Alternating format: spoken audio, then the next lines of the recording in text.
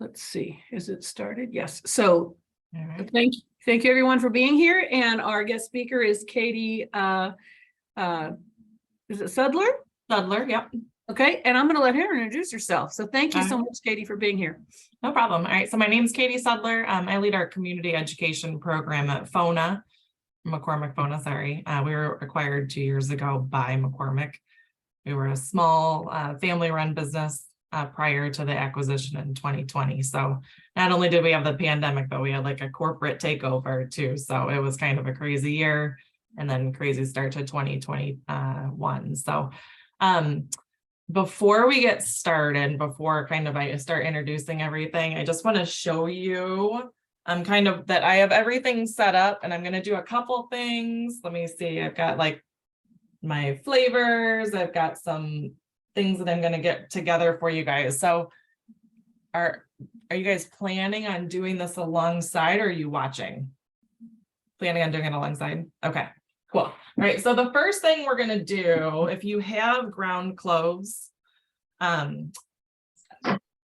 because clove extract is not the easiest thing to buy at the grocery store, you can typically buy it at like a Joann's or a Michael's or something like that that has more like candy flavoring or something like that. So you can typically get a liquid, but this is for the demonstration purposes. This is just as good. I'm just going to take my cup. And I'm going to just put a little bit of clove. I mean, we know that clove goes a long way, right? So I'm just going to put a little bit of clove in. And because I'm in a bedroom, because I got home at 9:30 last night and didn't clean my kitchen, that's why I'm here and not my kitchen.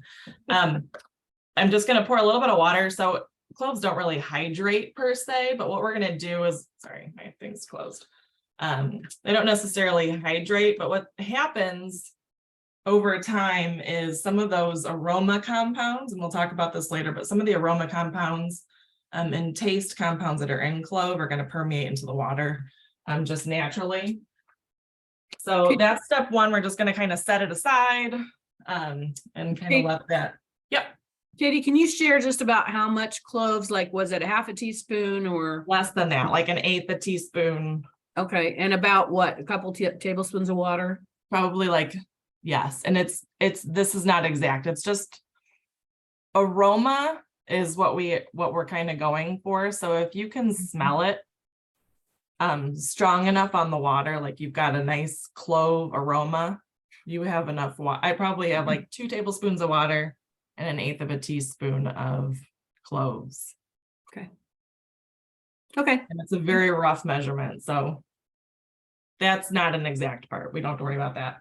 Then the next thing we're going to do, did anybody buy the sodium alginate or calcium chloride online or get some from your science teacher? No, give me a thumbs up if you have calcium chloride. Sodium alginate. Okay, you do? Not the sodium alginate though. Couldn't get that. So you need both, and I'll do the demonstration. So what happens is the calcium chloride is a salt. So it hydrates really easily in water. The sodium alginate is not. So it becomes a gel. It's comes from seaweed.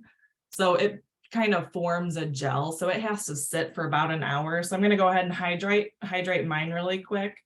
I'll do my measurements in front of you, just so you can see, and then I'll blend it. So you can buy these on Amazon. You can buy them in larger bulk also. Probably your science teacher, chemistry teacher, probably chemistry teacher, not biology teacher, will have maybe access to a more affordable way to buy this, maybe. Or if you want to taste it, so because you're a FACS classroom and you want your kids to taste and experience things, from a chef perspective, this is called culinary spherification. So it's a food grade ingredient. You can also buy these non-food grade, which is what if your chemistry teacher has these, they have a non-food grade. They're not letting their students eat their science experiments in chemistry class. So you can buy these food grade and then your students can eat them. So just make sure that you're making that determination when you're buying it, that you're saying food grade anytime you're buying something that can be an industrial ingredient. So I have food grade sodium sodium alginate, and then food grade calcium lactate or calcium chloride. So calcium lactate's just, it's going to be a little bit of a better taste for the students. It won't be bitter or super salty. Okay, so it's a 2% solution. I'm going to share a video with you as well. A little bit after this, I'll follow up with a video link.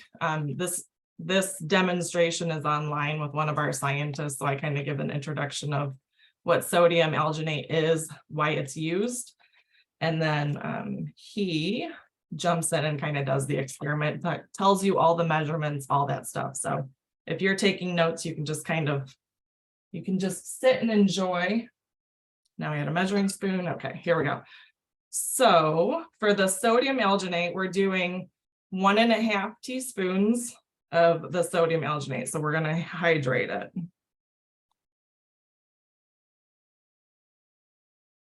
We're going to hydrate. And then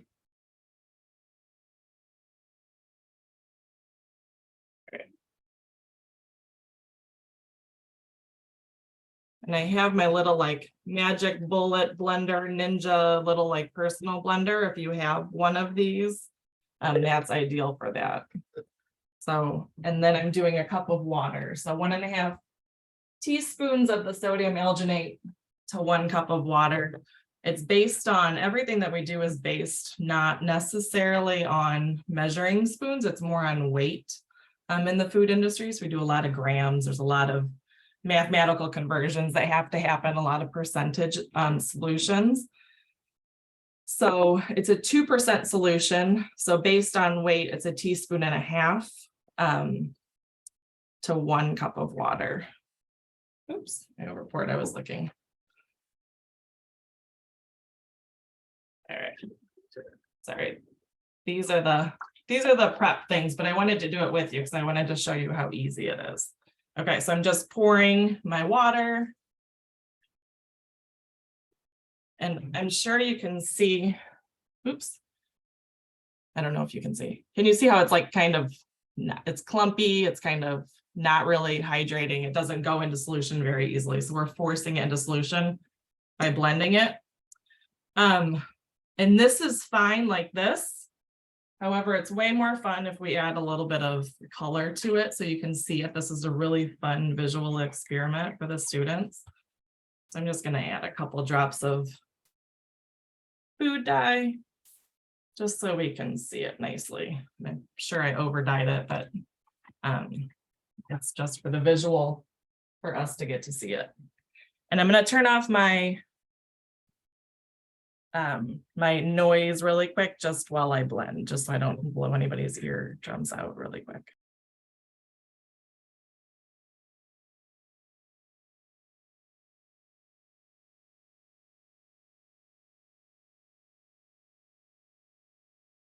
So you all make note of any special equipment that you would need, because this could definitely be used. You could use Perkins monies to make these purchases. You could set yourself up. And please, when you do these types of things in your classroom, please make sure that everybody knows this is STEM. This is food science. So you're doing STEM in the classroom. So a lot of people don't think family consumer sciences is STEM. And some of you that were at the state FCCLA conference know that's my goal, is to make people understand we're scientists.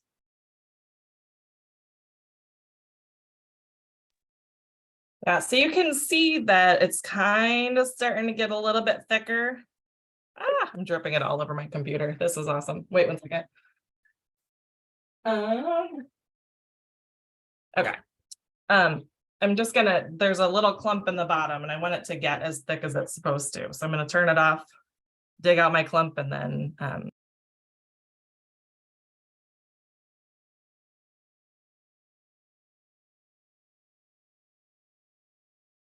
Katie, I love that you're having issues like this, because the teachers now know, oh, okay, it can clump and what we need to do. So thank you, the world, for making this happen.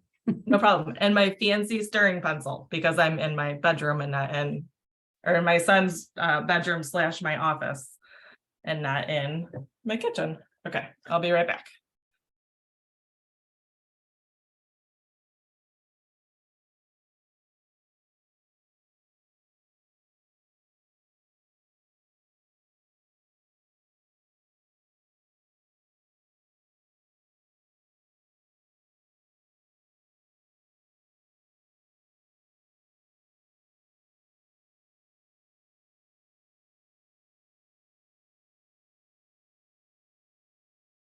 I'm all slimy now. It's like that trend of sliminess.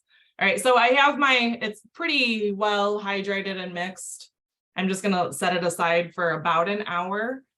So if you do this, you can make it in a larger quantity. You can put this in a bigger blender. The key that I just learned, because I did it incorrectly, put the water in first and then put your powder in. So I put the powder in first and it'll all clump to the bottom, not all of it, but some of it. So put the water in first so that it'll blend nicely and not get stuck to the bottom of the mixer. Okay, so those two things are the things I wanted to do first before we get started, just that those two things can set. All right, we're ready. I'm gonna move my stuff back. I have room.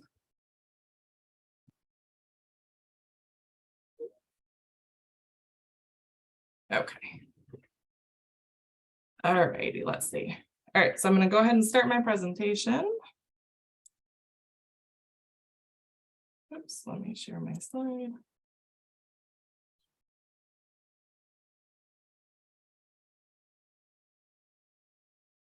Are you seeing the right thing? Can you see my slides? Ah. Could you see them? Yes, we Okay, could. perfect. Sorry. I was like, nobody's saying anything. I don't know if anybody can see me or hear me. Okay, perfect. All right, share. Okay. So like Gayla said, we're going to talk about the science of flavor in food. So like I said, my role is community education director. I have my bachelor's degree in food and nutrition from Purdue. When I went to school, I wanted to be in dietetics. I wanted to change the world and make everybody eat better. And once I started working in a hospital, I knew that that was not the avenue for me. I'm not a work anytime the hospital needs you to work kind of person.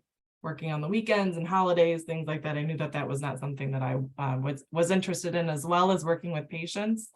A lot of them didn't want to follow what the diet office or the dietitians were saying, as they were only in the hospital for like 2 days, 3 days, 4 days, 5 days. And that's not changing anybody's habits. That's just prohibiting what they're eating for a very short amount of time. So with that, and I always tell students, everybody in their life has things that they do, jobs that they have, tasks that they're performing, that they're learning from. So I learned what I didn't want to do, and that's a very important step in us ultimately getting to the point where we know what we want to do with the rest of our lives, what career we want to pursue when we get older. So I think that those hurdles are really important to talk about with students, because they'll all have hurdles too. So after I got my degree at Purdue, like I said, like technical degree, I wasn't really sure. I was gearing to work in the hospital. I wasn't really sure where my future would possibly go. Nobody said you could work in the food industry with a degree in food nutrition. I never realized the food industry actually existed until my very last semester of my senior year. So I studied food nutrition at a food college, a very heavy food science college for 4 years, and did not realize that the food industry existed. And this is where a lot of my passion comes from, and wanting to share a lot about the food industry with teachers and with students and with the community, because I think it's really important that we share our message. We need wonderful, very smart, intelligent people to help us feed the world and make nutritious products for the grocery store that taste good and that people want to buy to feed their families. So I started working in the flavor industry in 2001, kind of in like a food law role. I'm not a dot the T cross the T, dot the I kind of gal. So It was very, very analytical, very spreadsheet driven, which was not my cup of tea. I'm more of a people person. I love talking to people and engaging. So I worked in that role for about a year. Again, learned something I didn't want to do. Learned a lot about the industry. I learned a lot about flavors. I knew I wanted to stay in the flavor industry. I showed a little bit of curiosity into trying to find something else outside of that department, and then moved into a marketing role. So what I always tell the students is anything, it doesn't matter what your degree is or what you're hoping to do. So I talk to a lot of chemical engineers. I'm kind of going in a little bit because I hope that this message resides with you, that you can share with your students too, because all kids, I think, have a hard time figuring out what they want to do in their lives. So I talked to we went to an engineering school yesterday, a lot of chemical engineers. So they are like very laser focused, super smart kids, very analytical, some of them creative because you have to be a problem solver, obviously, but very laser focused on that job career or chemical engineer. So they're doing their job searches, chemical engineer. Well, they don't realize that they could be a product developer. They don't realize that they could hold a lot of other jobs because their skill set's so broad and they are problem solvers and they're lab-based job or in their lab-based skills that they've learned in school kind of parlay very nicely into a lot of different roles, not just that engineering mentality. We do a lot of reverse engineering of products. And that word obviously kind of always gets them queued up. So we have Nutri-Grain bars. How do we make a Nutri-Grain bar if we don't work for Kellogg's?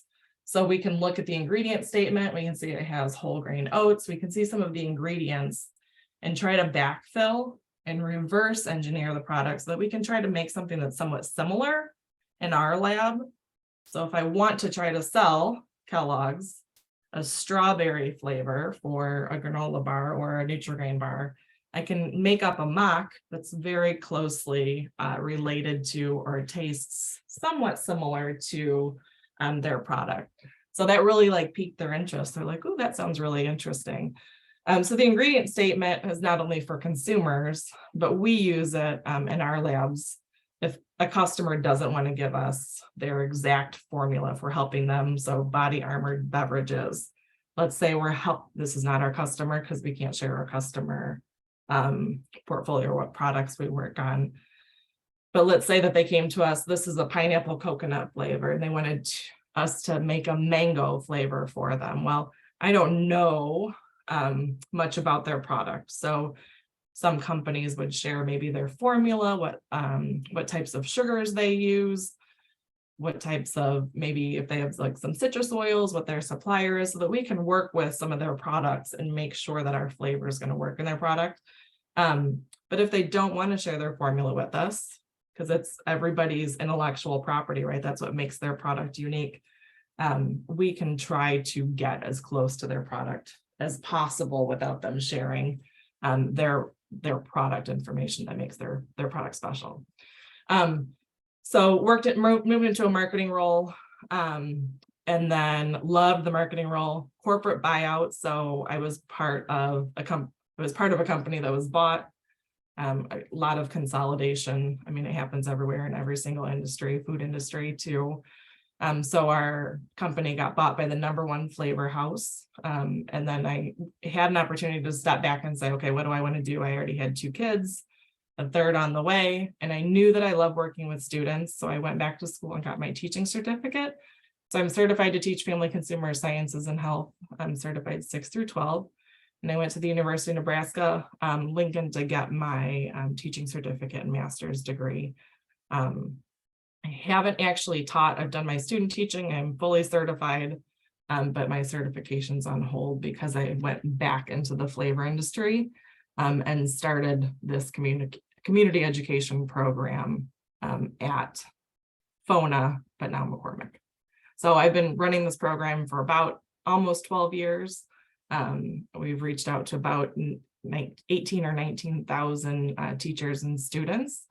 So it's a really great program in the fact that my mentality and my ideas around it are you guys are teaching skills and you're teaching things to these students. And a lot of them say, why do I need to know this, right? Especially when you get into a biology class or a chemistry class or a math class. Why do I need to know this? I don't want to be a chemist. I don't want to be a biologist. So we show them, you need to know biology or some fundamental chemistry or some fundamental statistics, because this is how we use it in our industry. And you don't really know what you want to do. But a lot of industries use a lot of those skills or a lot of those things that they're learning in school in a little bit of a different way than what they're being taught. So that's kind of my hope, is to be that connection. And family consumer sciences and foods classes are a wonderful opportunity to show the students why they need to know some of those skills as well. So this is McCormick FONA. This is our building. We're located about 30 miles west of Chicago. If you're ever in the Chicagoland area for vacation or family time, you are welcome to give me a call, drop me an email, and I would love to give you a tour. It's a really fun place to walk around. We're going to take a virtual tour in just a couple minutes. But like I said, we started as a family-run business. We were bought by McCormick in 2020, and we make flavors. So we have flavor chemists that make flavors for all of these different groups. So we've got beverage flavorists and flavorists that can make flavors for confection food. So they're, as well as our food scientists and our sales and our marketing expertise, we're all kind of bundled into different business units. So around these different food types and our food expertise. So we have a lot of expertise to make flavors, as well as we have food scientists and product developers to help us make the food products so that we can highlight and show how our flavors perform in our customers' products or prototypes. All right, so we're going to go ahead and take a little virtual tour. I'm going to stop sharing that slide for just a minute. So while you're getting that set up, Katie, I think what you were trying to impress upon the FCS teachers that are either watching this live or as a recording, the importance of sharing with students that there are careers outside of just culinary related to food. You have the dietetics piece, nutrition education piece, which educates people on what to eat for their health and well-being. But there's also this industry that exists that supports more than just preparation of food. So thank you for sharing that with our teachers. Yes, wonderful. Thank you. Yeah, you don't know what you don't know, right? If you've not known anybody that works in a specific industry, you don't know what kinds of jobs feed into that.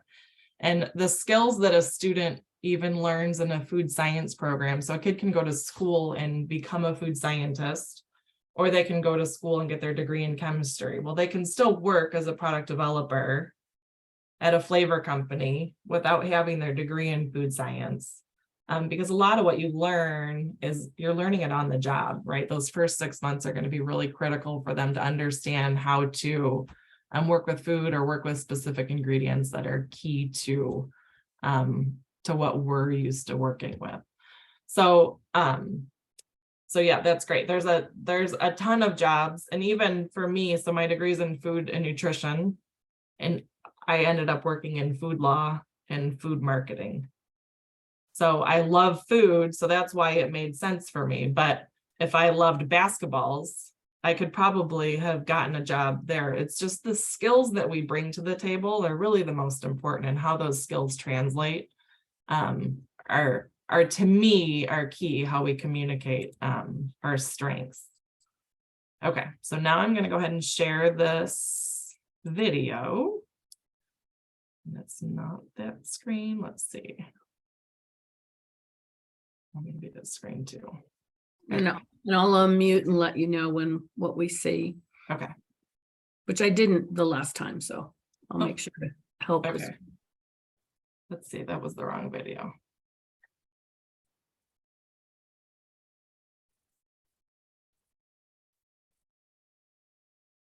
For some reason it closed. Okay, hold on a second. I think it's important also what Katie shared, that we're so occupation focused because of the way the career clusters have been rolled out to us that we forget the skill set is actually more important. It's not so much teaching kids a particular occupation, but the skill set that they can apply in a number of ways is really, and I think that's one of the strengths of FCS in particular, is helping a person understand not only the skill set, but the why. Why do we do it this way? Why do we need to understand it this way? Why does something use a thickener? How does that work? What's the science behind it? Because then that gives them a background and foundation to do a number of things, like you'd mentioned, Katie. And So I do do you- think, Oh, go do you ahead. see a black screen? Sorry, I'm gonna let you keep Yes, we talking. do. Okay, just so I don't have to keep clicking around. So thank you for that. No problem. Yeah, I love that. That's very true. I mean, I know I've seen the occupational handbook for the different career clusters. And it's wonderful because it gives some direction and some guidance, but I mean, those things can be limiting as well. So always trying to maintain that kind of level-headedness, and it's hard. You guys have a lot on your plate. I mean, between just trying to teach the curriculum and maybe refresh certain aspects, continue to get trained on different things from your perspective, grading things, and then for you to even have to like try to do some extra things or dig into an area that you think your students might like. We know that it's a lot. So that's why I love being able to connect with teachers and bring it to you so you don't have to go dig for things on your own. Okay, little quick, it's not quick, it's 4 minutes. A 4-minute video tour of FONA, and then we'll come back. Can you hear it? Yes. Welcome to the site of McCormick FONA in Geneva, Illinois. A crucial part of McCormick Flavor Solutions, this site was designed around the needs of fast-paced, growth-minded companies in the food, beverage, and health and nutrition industries. The 97,000 square foot facility sits on a 33-acre campus with room to expand. Step inside and we'll show you how we serve our customers, each other, and our community. Welcome to our development laboratories. Here we create, test, and validate flavors for a full range of end usages. The lab is 13,000 square feet and features 30-foot ceilings for natural light and aroma control, and emergency air evacuation systems. Each flavor submitted to our customers represents hours of testing, screening, and evaluation by our certified flavor chemists and food scientists in the closest replication of commercial manufacturing as possible. Sensory validation of flavors is critical to success. A variety of sensory testing methods are conducted daily with up to 20 tests per week using internal qualified panelists and/or external consumers. Our analytical laboratory features a full suite of instrumentation and methods that promote rapid, comprehensive flavor analysis. Using chromatography, mass spectrometry, and electronic sensing techniques, our scientists are able to uncover the chemical drivers of flavor, supporting the development of new flavors and flavor matching initiatives. Sample services includes a team of flavor compounders and spray dry operators who create a sample scale batch of new flavors for internal evaluation or to send to customers. They assure a flavor formula is created to the chemist specifications and the labeling and logistics requirements for fast shipping.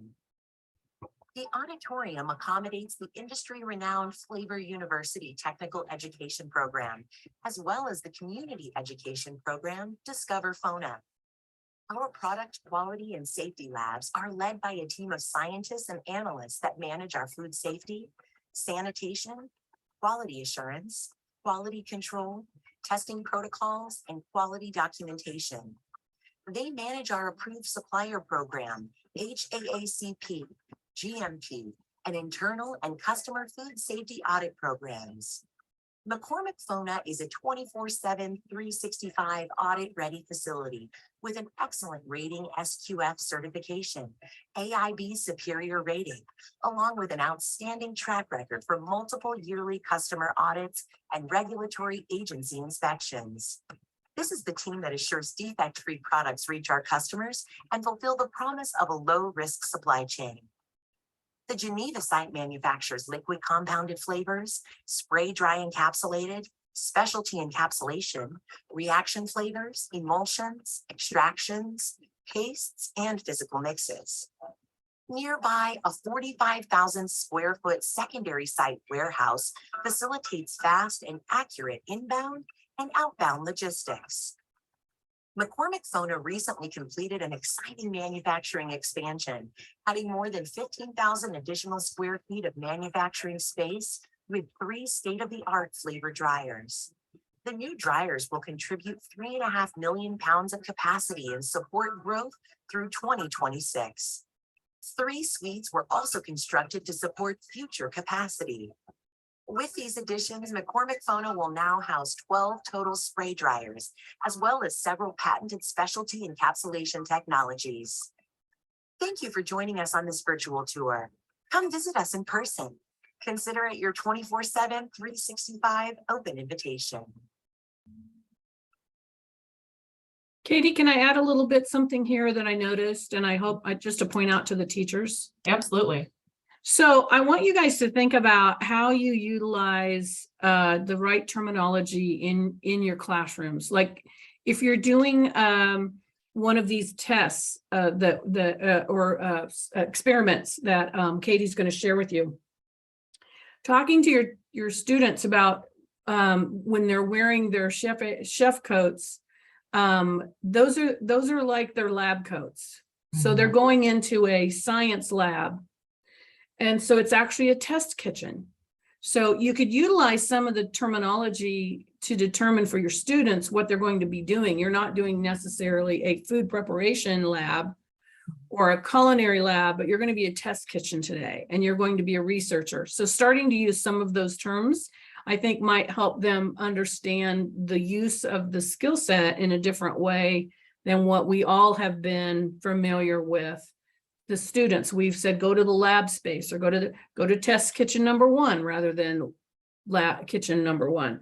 The other things that I wanted you to notice is even though they're testing foods, they are tasting it. So if you do a taste test, that's a sensory lab. And that you had food sanitation, you talked about that in inspections. What if we called the cleanup of our labs, instead of lab cleanup, we called it that they had to do it because someone's going to be an inspector and walk around and have the checklist to make sure everybody's putting their things away and everything is left sanitized in the way it needs to be, because that is a scientific principle and that is something that aligns with this side of the industry. So I just wanted to point that out because there's a lot of connections, the chef coats versus the lab coats. You could call them the different things, even though they're the same piece of, uniform that they're wearing when they're in their lab. So I just wanted to point that out before we moved further so that you guys can start to, as teachers, start to move and transition your thought process into how you can change just little things and make it more like the industry in this broader sense. Right.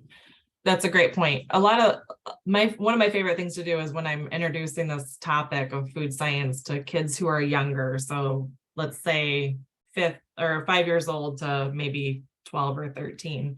I love putting on my lab coat first, and I'll say, what do you think I am? And a lot of them say a doctor, right? Because they see a lot of doctors with white lab coats, or a chef, or so that we start having a conversation of all these things that we can be just because we're wearing a white lab coat. They'll say a chemist, some of them.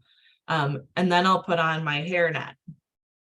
So now they're like, ooh, what are you? Because that's weird. We don't really see a lot of people. So then they might say like a surgeon, and I'll put on my lab glasses, and we have beard nets for men and my blue gloves. And we start having a conversation of, my job is to keep your food safe, right? My job is to make sure that when you have food at home, that you're opening a box or you're opening a jar or a can, that you have safe food. And that's one of our primary jobs, is to ensure that the food that consumers are eating is going to be okay for them to eat when they feed their families. And it's going to be safe. It's not going to make anybody sick, and it's going to taste good, and it's going to be healthy and nutritious. So those are all really key, important things that I always try to convey, that that's our job as food scientists. It's not to get as much fat or sugar or salt or all these like pleasing eating times. It's to make sure that we have food that's satiating, right? When we don't have enough calories in our diet, we can't do things. We can't do things like keep our bodies healthy, keep our minds healthy, and have the ability to learn. So we play a role in what kind of role you guys play too. If people aren't able to eat, they can't learn, and vice versa. If they can't learn, then they can't be better eaters either. So we're all kind of interconnected in my mind. Okay, we're gonna go on back to this. Having to listen to me talk again. Let me see, make sure I'm on the right. Nope, that was not the right screen. Okay, sorry, I'm dealing with 3 different screens, so give me a little bit of grace. Everybody on my team says I'm an old lady because I can't figure out it's my eyes more than it is my anything else. Okay. Share. Let's see if this works. You see a blue screen right now? Yeah, we see just yeah. Okay. And now do you see the actual presentation that says virtual tour? Yes, we also see the next slide. Oh, you see my notes still. Okay, shoot. Let's see. Try it one more time. All right, this is it. Yep, it is. Perfect. Okay. All right. So that was a virtual tour. Typical tours take 30 minutes to 45 minutes, just depending on the audience and what we're trying to convey. Sometimes we can go into manufacturing. It's just a really cool opportunity to see that our labs are stark white. It looks like a really unique place, a really fun place to work. Our manufacturing is not like a typical place of manufacturing. It's a very clean, again, our job is to ensure that, to ensure that the food that they're eating is safe. So our manufacturing floors, you can essentially eat off of because they're so clean. We clean our shoes before we walk into our manufacturing facility. It's so clean. So just kind of keep that in mind, that food safety and food sanitation quality is super important in the food industry. Okay, so some of the things that I really want to make sure that I share with you are, we have a couple resources on our website. So it's FONA.com. And I could show you, I'll show you at the end if we have time. So FONA.com, at the very top, you'll see it says MC FONA. Under the Learn tab, it'll take you to a couple different things. Flavor University is one of them. So that's mostly geared towards our industry partners. So food scientists, product developers, quality assurance, buyers, so they can understand what flavors are and how they're used in the food industry, as well as suppliers. So how we speak to our customers. So that's kind of a higher level industry geared learning center. However, the one piece I would encourage you to even like kind of peruse is there's a podcast, Flavor University podcast. And I can send you a link if you're at the very end here. I'm making a list of notes. So Flavor University podcast, those are super cool. They're maybe like 20 to 35 minutes. But it's a one-on-one essentially with our IT guy runs the podcast. He's a super funny guy. He runs the podcast and has Q&As with a bunch of different, like a sensory scientist, a food scientist, somebody that's in product innovation. So it's a really nice opportunity to learn. So those would be even fun things to have a student if you liked one of them, or have the student find one that maybe piques their interest a little bit and just listen to it.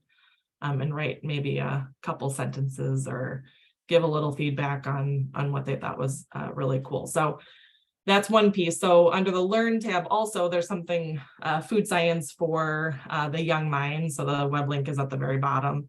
But career exploration is really important. And during the pandemic, we realized we couldn't really engage with people as we would have liked. So we made some career videos.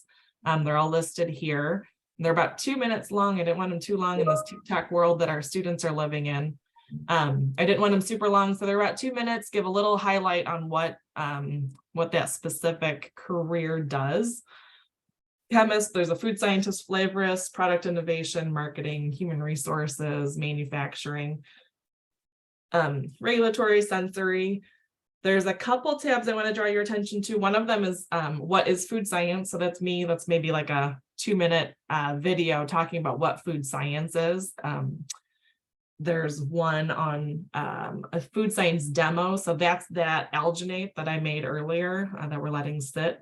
That's that demonstration. This is where that link lives. I don't know, maybe it's like a 6-minute video, but it walks through the entire process of what the alginate with the sodium alginate is, and then that demonstration, and then creating a flavor. And that's another demonstration we're going to do in just a couple minutes. So just to let you know that those all live on that FONA website, and you can get to that pretty easily. That's just some other things, a couple lessons. There's a lipid lesson, so that's something that we're going to do a little bit later on too with the chocolate milk. Blindfold taste test, that's a really fun one too. If you don't blindfold your kids when they taste or eat food, you should try that, and from a sensory perspective, see how that works with students. Can I ask a question? Have you guys ever diced up an apple and an onion and blindfolded and plugged a student's nose to see if they can tell the difference between an onion and an apple? And I can't see you, so I just need like a verbal.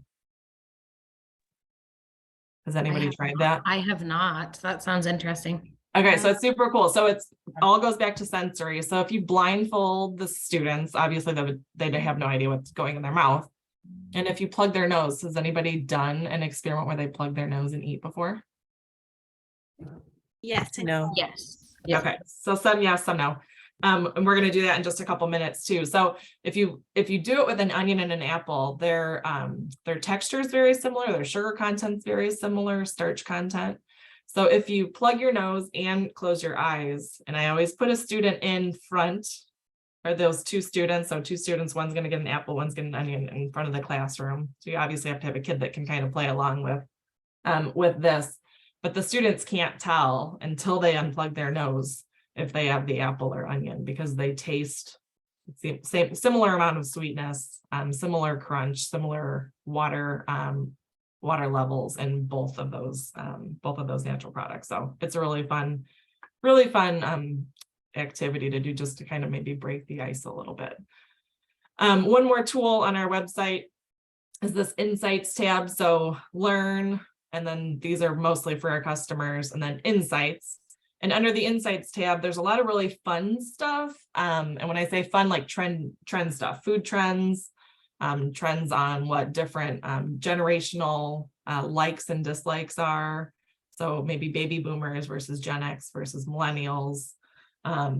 So consumer groups, product categories. So what's happening in like health and nutrition, what's happening in healthy beverage, what's happening in frozen yogurts. So a lot of those types of trends. Flavor trends, so around specific flavors, what's happening in citrus, what's happening in like Amazon fruits, what's happening in orchard fruits, things like that, or seasonal, like pumpkin spice, like seasonal type products. And then technical papers, so taking something and making it a little bit more technical. But these are all really important as the skills that our students are learning. Communication is one of the biggest skills you can reinforce in your classroom. Yes, you can teach them technical skills. That's also extremely important. But teaching them the ability to interact with people, obviously in their kitchens and in their labs, and they're having to interact. But those are the key things, communication, working together, that regardless of what job they have, if they don't have those skills, they're going to have a difficult time. So trying to encourage them to engage with each other, work as a team, are really kind of the most important things. These are a lot of fun. So these are shopper panels. We do a lot of trend insights in the industry. So understanding what consumers are looking for. Consumers say that they're looking for better for you products. However, if McDonald's served sliced carrots, would people really buy them over French fries? So consumers are really tricky. They want healthy food, but they also love unhealthy food. So it's finding that balance. And that's a really important thing to try to understand, that balance once we're making things for consumers. And this is a monthly 10 things you should know. It comes out once a month, and kind of dives into just some really fun areas. So some of them inappropriate for the high school level. Sorry about that. Affy Tapple beer, but Halloween menu items and protein muffins, Fruity Pebbles, protein bars, chickpea pizza. So this might even give you a little insight, even if you don't share with your students, give you a little insight of, oh, we could try that. We could make a regular pizza dough. We could try an alternative pizza dough, a gluten-free pizza dough, and then have the kids see which one they like best. So just a couple of ideas. And then there are so many tools. If you haven't dug down the food science avenue yet, so I'm going to backtrack for 1 second, and I'm trying to keep track of time. Gayla, what time do you want to do a break? Just in my head, so I know kind of. I'd say in about a half an hour, Okay, perfect. about 9:15, I think would be a good break. Okay. So there's a lot of food science. There's a lot of places you can go if you're interested in trying to get some food science into, or work with your chemistry teacher or your biology teacher. I would say that those are two really great places too. If you can do something cross-curricular, that's key, because then the students are going to hear it from both of you. We have a couple food science classes in the Chicagoland area that are actually co-taught by a foods teacher and a chemistry teacher. So they do one thing, they talk about a concept, do a demo with food, and then do a demo with the chemistry lab. So, but using similar language, trying to show the kids that there are two different ways to think about it, both the technical and a creative side, which is really important in a lot of industries, both creative and technical. But in Illinois, I know our family consumer science teachers and our ag educators, and ag educators are teaching more kind of that ag food side of things. They're actually getting rid of some of their family consumer science classes, not getting rid of them, but they're changing the terminology to more food science over family consumer sciences, just like as a little update to like the terminology. I don't know if something similar is happening, or if you guys are seeing that in Montana at all, or if it's just kind of Chicagoland area is the second largest kind of cluster of food companies in the United States. So we're very food industry, food focused. So I don't know if it's influenced by that or if it's kind of a trend across the United States, but that family consumer science, like that old school culinary arts, while really popular, is also, they're saying that kids really do want to maybe get scientific as well while they're working with food. So they're trying to hit both types of students. So students that maybe even want to take another science class or get another science credit, having a food science class that kind of parlays into that. So I'm happy to share my my slides with you too, but you can just even go on Google Scholar and Food Science Education. The Journal of Food Science Education is a cool resource too if you want to pull in some food science terminology or some food science knowledge. The University of Georgia Extension, the science behind our food, they've got some fabulous things that connect to biology to food, chemistry to food, environmental science to food, vice versa. But all those kind of classes that your students have to take and how they relate to food. Okay, so the goals and objectives, why am I talking to you? I think it's really important for us to be aware that there's a lot of science behind each and every product that we buy at the grocery store. So we don't really think about that. We don't really think about all the different scientists that help come up with this product, right? So let's start. It's water. There are scientists that have to make sure that our water, or drinking water, is safe, right? So that's number one. Sugar, so it's grown on a farm probably. There's probably our agronomists at least to make sure that that field is lucrative enough to or has enough proper nutrients in order to grow coconut water, citric acid. So all of these different ingredients, they're not coming all from the same company. So citric acid, we talk about that a lot. Where does that come from? Different electrolytes, different vitamins and minerals, different colors. So each ingredient is almost a different company that's supplying their products to Body Armor or to Kellogg's for their products, or to any product you can buy at the grocery store. If you look at the ingredient statement, there's probably a different company behind it, which means that there's a different scientist that's studying them, looking at them, making sure that they're safe to eat, all of those things, as well as a packaging scientist. I'm going to shut my door because my kids are talking or my husband's talking. Okay, sorry. My daughter's doing a student teaching and she came home for lunch.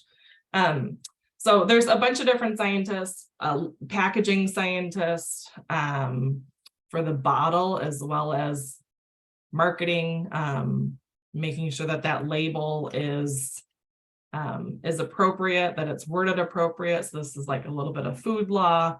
The words that we're using, are we over promising? Are we making statements that are appropriate to the product that we're sharing? So those are all scientists that are behind all of that. So we don't understand how much science goes into one product and every single product at the grocery store. So kind of just appreciating that and understanding that there's a lot of scientific concepts that take place in just one product. Understanding that there's a lot of pressures and demands on the food industry. In order to feed the billion, how many people are on our planet right now? 8.8 billion people, and it's expected to exceed 10 billion by the year 2050. That's insane to think about. We have to feed 1.5 billion more people. How are we going to do that? What kind of pressure is that going to put on our soil, on our distribution center, on companies to make that much product? A lot of it hopefully is like natural, but even think about like all the different protein sources that are necessary. I'm assuming that you guys have like a lot of ranchers and farmers in Montana. So understanding like just if you had to feed 1 million more people in Montana, how much pressure that would put on just your local food supply. So a lot of that growth is actually happening in third world countries and places like Africa and India, China, kind of that Southeast Asia area are the ones that are seeing the majority of growth when it comes to a population perspective. And then utilizing some of the curriculum, some of the resources that we have, reach out to me. I would love if you're like, I'm not really 100% sure how to do this. I'm happy. Let's do a Google Meet or a Zoom call. And I'm happy to walk through it with you for 15 or 20 minutes on how to connect some certain things to your classroom and how you teach. And then my biggest thing is I want to help attract the brightest minds to the food industry. We have a lot of problems to solve. A lot of kids are passionate about certain things. They're passionate about the environment. They're passionate about making sure that people don't go hungry, right? Or homelessness. So kids really do have a big heart and they want to help, and they have a lot of passion and drive and desire and energy and time. So if you see that your student has some of that, kind of try to embrace it and understand what problems they want to solve in order to help direct them to a career that's going to help kind of solve a lot of these big problems. Okay. That's my soapbox. Okay. Kids are interested in food. We see that about 71% of young adults consider themselves foodies. So kids, they have that inherent interest anyways. They're familiar with food. So food science is really critical to teach that age group because they're open to learning about it. There's a lot of food fear, and I know that you guys see this. I'm sure you see it with some of your students, some of the parents. Maybe you're a little fearful of some of the food, some of the things that are happening. A lot of the people that work at FONA, their moms, their dads, they're extreme scientists. They understand the products. They know where the ingredients that are grown and how they're processed in order to become flavors. So I have extreme confidence in the people that I work with that we're doing the best that we can to make sure that the food and the flavors that we're creating and making are safe for people to eat and consume for forever, for as many years as we're eating specific foods as they're out on the grocery store market. And one of my favorite things about food science is how interdisciplinary it is. So pull in some English, pull in some biology, chemistry, physics, physiology, and anatomy from a sensory perspective. So every single topic or class that's taught in your school, I'm sure that there's some parlay or overlay, even graphic arts, creative writing. There's a lot of different things that you can do. One of my favorite activities when I first started working in marketing was creating like mini, we call them like sell sheets. So creating like a little mini commercial, so to speak, with your words or like wordplay, pictures about how to sell a product. So one of the products that we came up with was, this is at my old company, we created a cola flavored Rice Krispie cereal. So like we took Rice Krispie cereal, we coated it, and this young lady in the picture is also coating some cereal. This is called a panner, this bowl. So the idea is you throw some cereal or chips or anything that needs to be coated or seasoned.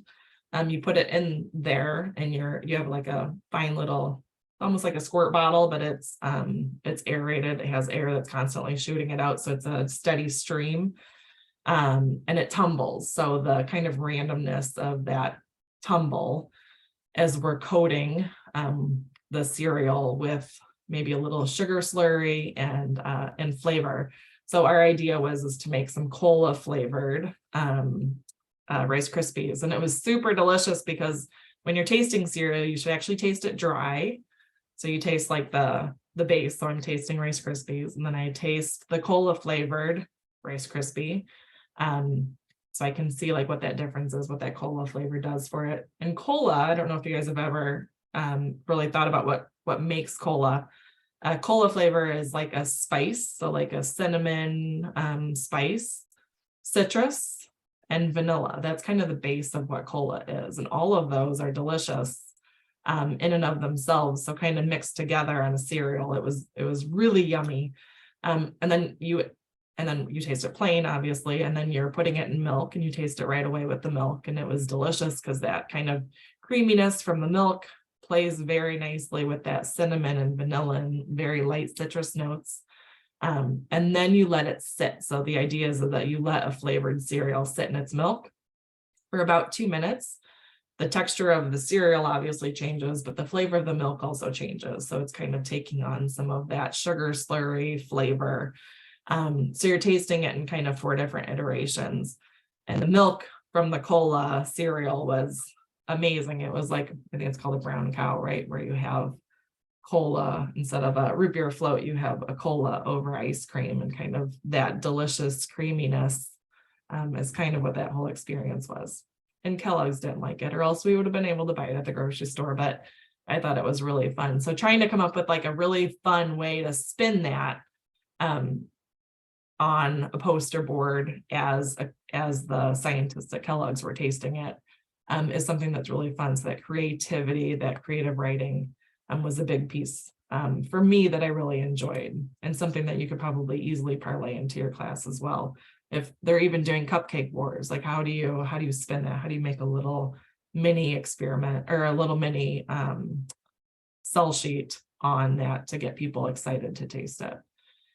I don't know if your science teachers are doing next generation science standards. I don't know if there's a timeline on when different states were adopting the new science standards, but as they are spoken about, and I talked to the chemistry teachers a lot about this, but microbiology is huge. So making sure that food is safe, transfer of energy. There's a lot of very scientific concepts that we use in food science in kind of a really easy way. So when we're making ice cream, if you've ever made baggy ice cream, the transfer of energy is something that happens in baggy ice cream. When you're talking about like biology and heredity, are you a super taster? Are your parents super tasters? We'll do something, we can talk a little bit later about like density, energy, health, and sugar. So how all of those things kind of play together. Saturation, solution, solute, those are all different terms that we're using. So just like Gayla said, if you have the ability to tie what you're teaching your students to a scientific concept, you're just reinforcing those concepts that those kids are learning in their science classes. So if you don't know what food science is the study of a lot of different things. So a student, like I said, can go to school to become a food scientist, and they study all of these things on the peripheral, and then they get their food science degree. Or you can study biochemistry, engineering, chemistry, nutrition, any of the sciences, but really anything, and work in food science or work in food. We use a lot of these different skills, even in all of the different areas. So as a marketer, I still had to understand material science and packaging. I had to understand nutrition. I had to understand statistics and engineering and chemistry, sensory, microbiology, in order to do my job as a marketer better. Or to do my job as a product developer better, I still had to understand all of these different concepts. So food science is a study, and they really do look at a really broad array of topics and how they affect our food. Can I make a comment on that last Absolutely. slide? Yep. I did want you to look at this, and those of you that have FCCLA chapters, there's a STAR event called Food Innovation. And if you've not, I judged that several times at a national conference. If you've not been involved in that, briefly, it's the students create a new food. And usually nationals provides a theme. It may be a gluten-free after-school snack, or it may be something that's for someone who has where they don't have dexterity in their fingers to be able to pick up something. It's all kinds of different things, but it has to have a food label. The student also has to develop the packaging. They have to come up with a name, and which is kind of the marketing piece. They have to, the food label would include the nutrition, and then they have to have that human piece where they do 3 different taste tests. So, but you're getting in the sensory piece in this. So I want you to think about how you might be able to utilize that in the classroom as you're teaching food science or some of these principles. You can see from the areas of study how many of the components would be embraced in that particular a STAR event. And technically what you're doing is food engineering when you're coming up with a new product like that. So I just wanted to make that connection as we were moving through this. So thank you, Katie, for letting me stop you and talk about it from this, with the link to this particular slide. Anytime. Food engineering, I love that. I mean, a lot of food scientists, product developers, they're food engineers. They're engineering the next food. They're food construction, right? They're constructing food for us to consume. They're food nutritionists. So it is a lot of that terminology that we're using. You can use 100 different words to say the exact same thing. But food scientists at the core, what are they learning from a core curriculum perspective? They're learning how vitamins and minerals and gums and starches and cellulose and sugars and fats and proteins, how they all work together. Because at the end of the day, we do have a food ingredient statement that that tells the consumers what is in the food product. Every single ingredient costs money. There's a reason why every single ingredient is in this product, because at the end of the day, Kellogg's job is to make money, right? And if they have a lot of random ingredients that aren't necessary in the product on their ingredient statement and in their food, they're paying for things that aren't necessary. So every ingredient is really important in the structure, the stability, the quality, the safety, to maintain all of those different attributes. So all of these ingredients, why are they important? Why are they in the food? How do they interact? Those are all things that food scientists study and learn kind of it in school, yes, but on the job truly, and how that relates to the product that they're developing and the products that they're supporting from a brand perspective or from an ingredient perspective. And then food scientists also understand how to preserve and process and package the food. So I have a lot of people that are very anti-processing. So I love showing them this slide. Have you ever had jelly before? Have you ever had anything that's been frozen before or canned or freeze dried? So a lot of these are just how maybe we just do them a little bit differently because it's on an industrial level. Have you guys ever made guacamole? And I can't see you. So if you can just say yes or no, if you've ever made guacamole at home. Yes. Yes. What happens when it sits out, let's say at a party for an hour? It turns brown. It turns brown, and it turns brown. Why? I'm not asking you because I don't think you're intelligent enough to answer it. I'm hoping that you're giving me the right answer. It turns brown. Why? Because it oxidizes. Yep, because it oxidizes. So if you want to prevent it from oxidizing, like if you put it in the refrigerator while it's green, how would you keep it from turning brown in the refrigerator? By pressing plastic wrap down onto the avocado itself. Yes, to the avocado itself or to the guacamole. You just make sure that that plastic wrap is like on the surface, right, of the guacamole. So have you ever bought guacamole, like a wholly guacamole at the grocery store or seen it at the grocery store? Yes. Okay, so it is, if you look at the label, at the food label, it's a clean label is what we call it. So from a preservative perspective, like it only has salt as a preservative and maybe a lime juice or a natural like citrus to help in that preservation. Any idea how bacteria or that oxidation doesn't happen in a product like that? How can that sit on the grocery store shelves? So first it has to get manufactured, right? So there's time and put into play there. So manufactured, it's sitting on their floor waiting for a truck to come pick it up to take it to the grocery store. Maybe sits at the grocery store for a couple of weeks before it gets to your house. It sits in your refrigerator for a couple of weeks before you eat it. Why does that not turn brown? Any ideas? If they have the same ingredients that you use at home that they're using to make that product. Any ideas? What's the one thing that you see on here on this food preservation and processing that you think is key to keeping that product? The vacuum packing. Or... Yes. So that vacuum seal is incredibly important. And what we use in the food industry and what a company like a Holy Guacamole or one of those places, it's a high pressure chamber, and it applies 6,000 bars of pressure, which is equivalent to being 64 kilometers underwater if the ocean were that deep.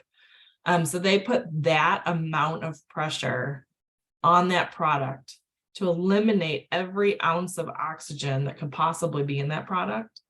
And with that pressure, it also kills many or all of like anything that could possibly be living, because there's nothing, like if you go to the very bare bones of the ocean at the very bottom, is there life there? We don't really know because we've never really been able to go down there. But the answer is no, there's probably not anything living there because the pressure is so great. So water increases the likelihood of microbial growth. So it gets all that water out, it gets all of that, every single thing out that could possibly be in there extra out, so that we have the ability to have a very clean label because of our processing. So when people say that they don't like processed food, it allows us to have better food, fewer ingredients.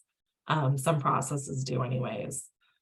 So I think that that's just a challenge for food scientists and for food engineers, processing engineers, packaging engineers. For the future, I see a lot of really positive things coming in the future because of how smart people are, how technology is changing, things like that.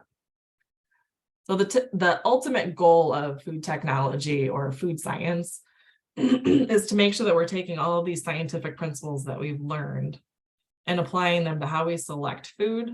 So at McCormick, we grow cinnamon, we grow vanilla, we grow a lot of these agricultural products, as do a lot of our customers, a lot of our suppliers. So they're growing onions and they're dehydrating them, they're grinding them, they're creating onion powders and clove powders and things that we can use in our homes. So the selection of the product, the preservation of the packaging, processing, and distribution is really key and important to make sure that we can have safe and effective, or safe, nutritious, and wholesome food when we go to the grocery store to buy it and then we bring it home to eat it. So it's important for us to talk about food science to your students because it's really important for them to understand how science and technology and society are related. I don't know if that's one of your goals, like overarching goals in family consumer sciences, but I think it's a really important thing for students to see. Kids really are interested in how what they're learning at school connects to their lives. And foods, family consumer sciences, I feel like you guys are the absolute sweet spot for showing them how all of these things are really and truly connected, how trends and technology and science really can impact and influence their lives.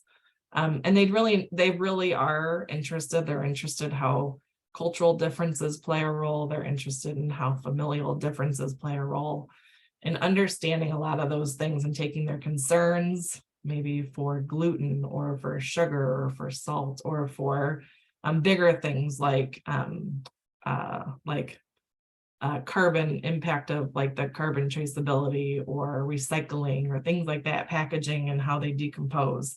Taking some of those concerns and allowing them to dig deep into that, maybe giving them a special project, an opportunity to earn some extra credit if they take it 1 or 2 steps further, and then present their findings to the class because they're learning, and then they're learning twice because they're teaching it again to their own classmates. Again, it gives them an opportunity to communicate, to connect, to research and investigate something that they're passionate about and truly interested in, and you might be kind of feeding them a little bit of that passion that they're going to follow later on in life.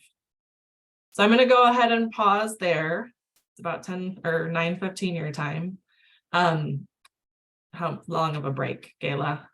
Well, how much do you have? I know that you wanted to give us a really sound, good background on Okay, the yes. why, and then you're going to have some labs. So we are scheduled to be finished at 10:30, so that if we came back at 10:30, we'd have an hour left. Will that provide enough time for you to get through what you wanted to get through? Okay, hold on. So 15-minute break. If And we then did we have an 15 hour for the last part. Yeah. That's perfect. Yes. Okay. That's awesome. Okay, so I'm going to be hopping off myself, but when it's about 10 minutes in, so about 9:25, I'll hop back on and I'll just start talking and call y'all back. Okay. Perfect. Any questions before we leave about what to get out? So I have my flavors. We're going to make a flavor. I've got vanilla, orange, my clove thing that I put together, and then banana extract. You have a mint. I have some PTC paper. If you were close, I'd share mine if you don't have any. I have my whipping cream, my heavy whipping cream, and my skim milk, and my Hershey's syrup, and 2 cups, something to stir them with, some measuring utensils, and then I have my sodium alginate solution that we're gonna mix together at the end. And So for I- anybody who might have popped on a little late, if you rewatch this at the very beginning, she talks about how she made her clove solution and how she did the other pieces that she had mentioned there. So so you'll be able to rewatch this. Okay, we will see you all at 9:30. All right, sounds good. Thank you so much, Katie. No problem. I'm just gonna go on mute. Is that Yeah, okay? Okay. That sounds fine. That's what I want to do too.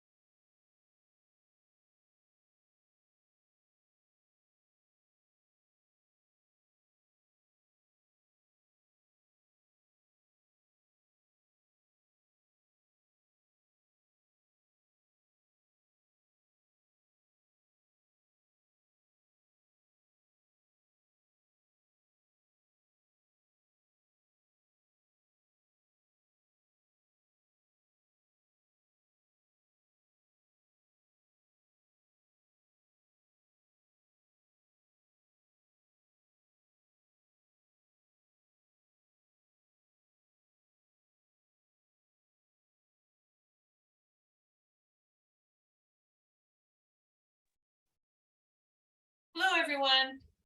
We have about 4 minutes before we get started today with the second half of our food science lab. So if we could look to come back together, we'll start in about 4 minutes.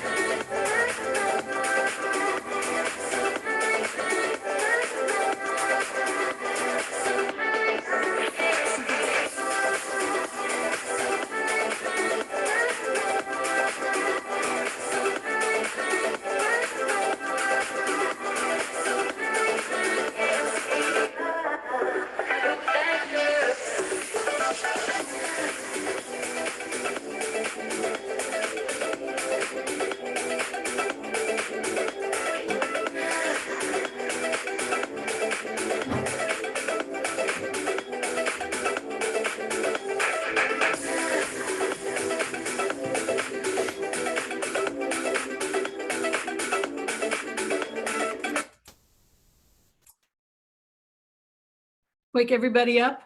I thought, I'm going to play some loud music that's, kind of up and moving, and that maybe you'll get people going and coming back together. So, Well, I walked away and I came back and I was like, ready. I had a little more bump in my step, I guess. sometimes I'll do that. I'll use music. When I taught as a high school teacher, I had music, different beats that I would use if they were supposed to concentrate and work, and I didn't want a whole lot of talk. I had I just would play at a soundtrack, a lower beat, And then if you want them up, moving around and getting really excited and get energy and creativity, you'd play something more upbeat. And I thought, well, shoot, I'm just going to play that. So I love it. That was wonderful. Thank you. Okay, so we're gonna dive back in and start doing a couple hands-on activities. I think it's important for me to be able to lay a little bit of a foundation for the why and the food industry and give you guys a little bit of that background before we dive in. I do the same with the students. I'm sure that the first couple half an hour of them having to listen to me is really boring, but I think it's really important. So chemicals in our food. So we talked a little bit about what a clean label is, or trying not to use. We hear a lot of people like saying, I don't want preservatives in my food. I don't want chemicals in my food. Well, what does that mean if they don't want chemicals in their food? Any ideas? Like what would that mean for you? If somebody said that there are chemicals in your food, what would be your reaction? You can just unmute yourself if you want to.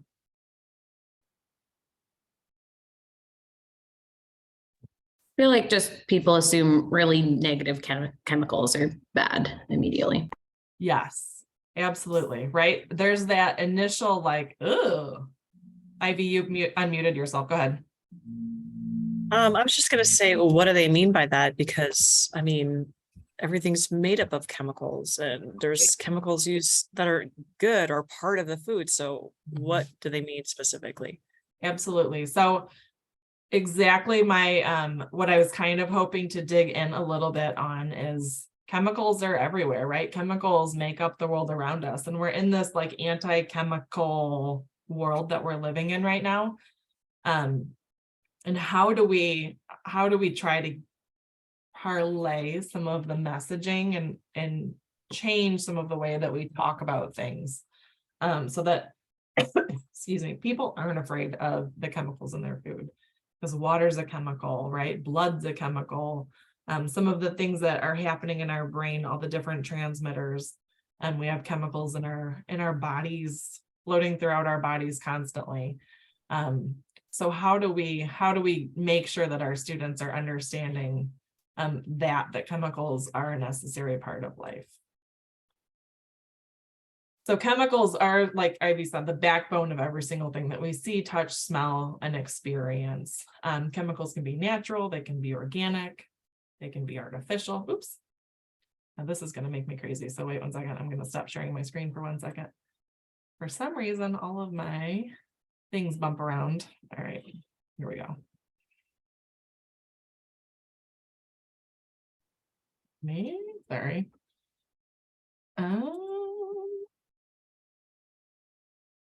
I think while you're doing that, I think it's really interesting. I don't know if you guys have ever done this, but there's a chemical breakdown of a human body.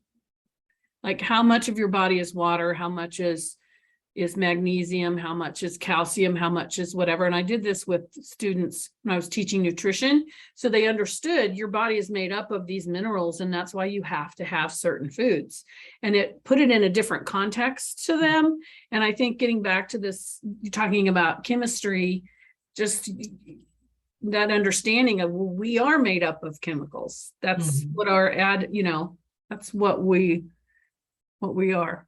I think if you want to find that information, I think it was actually a researcher had broken down what does the human body cost if you look at like what is the magnesium, the amount of magnesium, and what is the value of that, and how much is of our weight is calcium. So if you want to find that breakdown, that might be how you Google it. I don't know. I haven't done this for a while. Yeah. I think the Association of Chemical Sciences, there's like a teacher side of that. I think that they actually have done that too. And they do it even for like your cell phone. Like they do it for a lot of natural products. What's the breakdown of what percentage of these different chemicals are you in your body, or are different things that we interact with every day? What screen are you seeing? Sorry. We don't see anything right now. You see nothing. Okay. We see people. We don't see any. There we go. Something's happening now. Okay. Now we see a blue screen. Try it again. Every time I go to change or stop sharing, it freaks me out. Okay. So going back to the water chemicals. So they can be organic, natural, or artificial.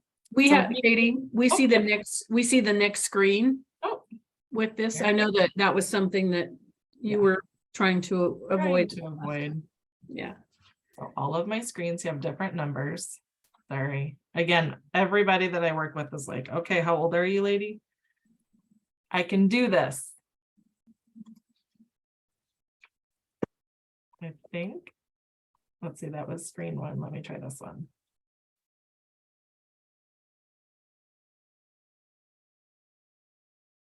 Are you seeing? We see multiple screens on the left-hand side. And your screen in the middle, so we can see the whole PowerPoint like it needs to be started.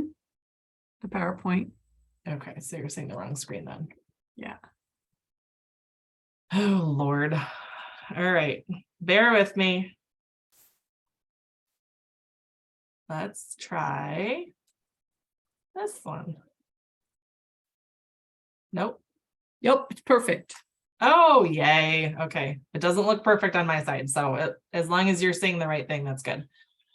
Okay. So chemicals can be organic, natural, or artificial. So that'll help dictate. So we buy chemicals, we mix chemicals together to make flavors. So we can buy an organic chemical and mix different organic chemicals together to make an organic flavor. Natural, same thing. They all have to be natural ingredients in order to have a natural product. We can't call a natural product organic. We can call an organic product natural. And then artificial is the same thing. So an artificial product can have natural and artificial ingredients and be called natural and artificial. It can have all artificial ingredients and be called artificial. So a lot of that terminology is a legal aspect of food, how we're calling things, making sure that there's truth and labeling. So, and then that kind of dictates what kind of flavor we can make, what kind of ingredients we have access to, will allow us to be able to either sell something to like a Whole Foods or a Trader Joe's or a certain high level of food, like a very high price product for an organic. They're typically higher priced because, and you guys probably know this too, because you're a little bit more into the ag area, just being in Montana and having agriculture as a part of your state economy, is understanding that organic food just is naturally more expensive anyways to grow, to prepare the soil, to feed the animals, all of that stuff. Chemicals can be toxic, neutral, or healthy for us. And again, we're talking about some of these ingredients I'm going back to my body armor. So it has citric acid in it. What does that mean? Acid sounds super freaky and really scary. Where does that come from? Where does citric acid come from? Where does malic acid come from? Some of these acids that are used in product development, they sound like they're bad for us. Right? What is citric acid? What is ascorbic acid? Let's go there. What do we know it as? Vitamin C. Yeah, absolutely. So vitamin C, that acid part is the part that really freaks out a lot of kids. So they hear all these terms, acids, right, to be very negative when they're working in a chemistry lab, because the acids can be very harmful to their health or to their body or to whatever they're trying to burn or disintegrate. But acids on our end are something that help something taste better, or they convey like a more naturalness, or give a burst of flavor, or help preserve something.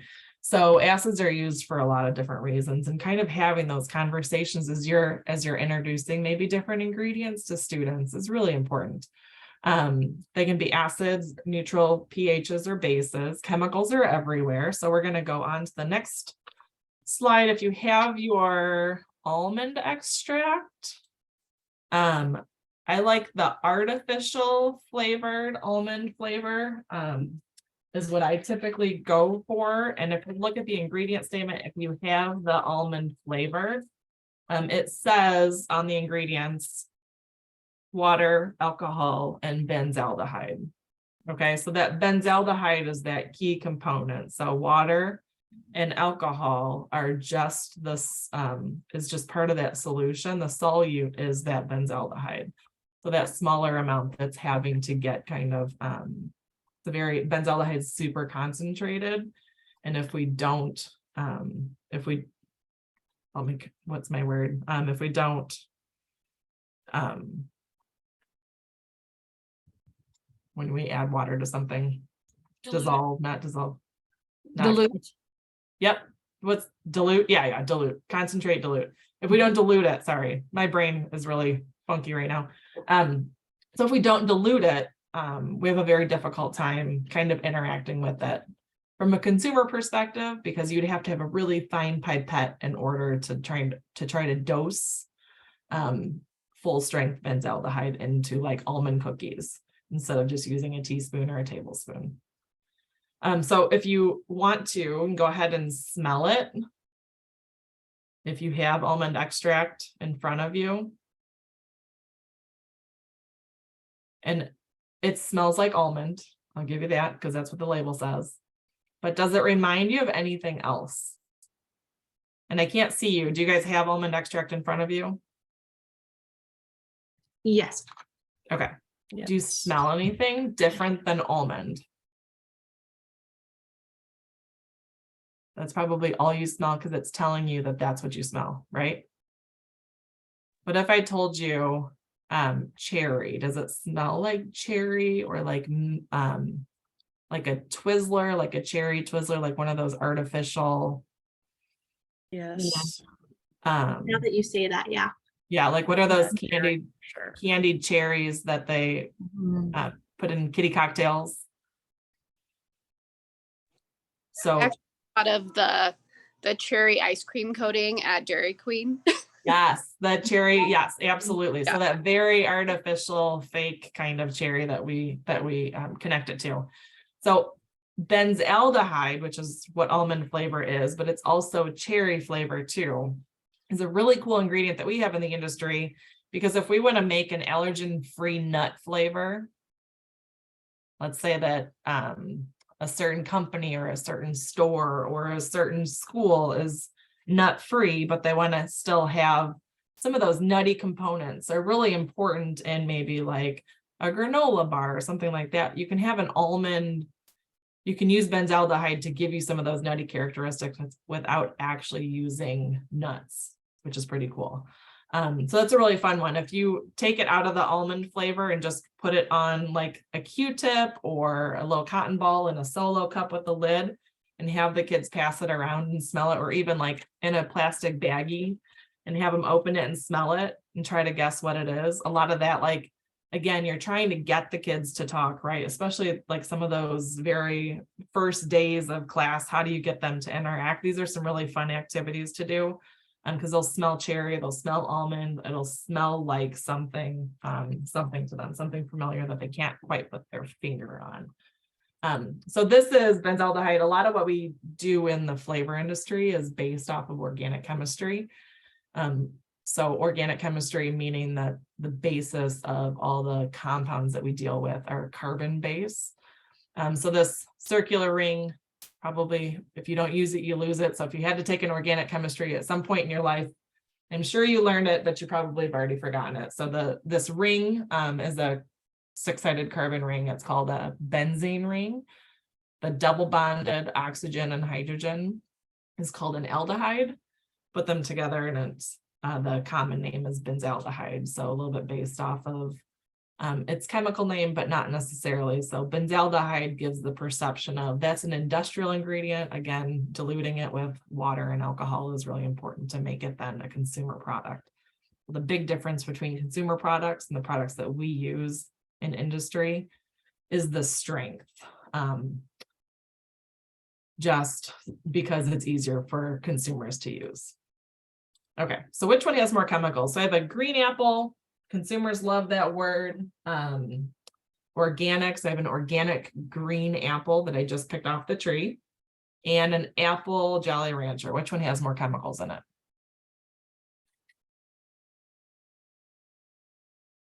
What do you think?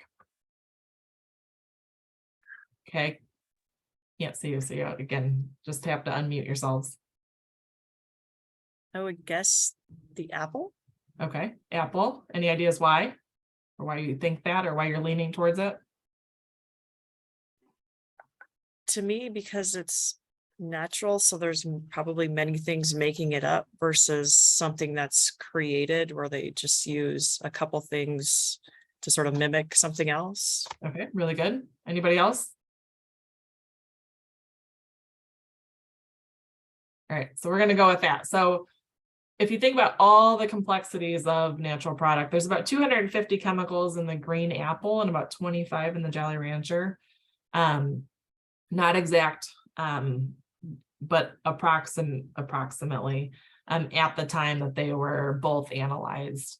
So think about like there's fats and carbohydrates and sugars and fibers and colors and acids and the peel and the meat and the core and all the different aspects, the different vitamins and minerals of the apple, as well as like think about all the chemical changes that happened before the apple actually became an apple. So seed grew into a tree bared a flower, the flower had to get pollinated to bear the fruit in order for the apple to grow, right? And then it grows, all those different biological changes and chemical changes that had to happen in order to make that fruit ripe. And then as it starts to then deteriorate too, all those different chemical changes that are happening. So there's so much chemistry in just the apple. And then the candy is just super simple, right? A little bit of acid, probably a malic acid because it pairs nicely with an apple. Malic acid comes from apples.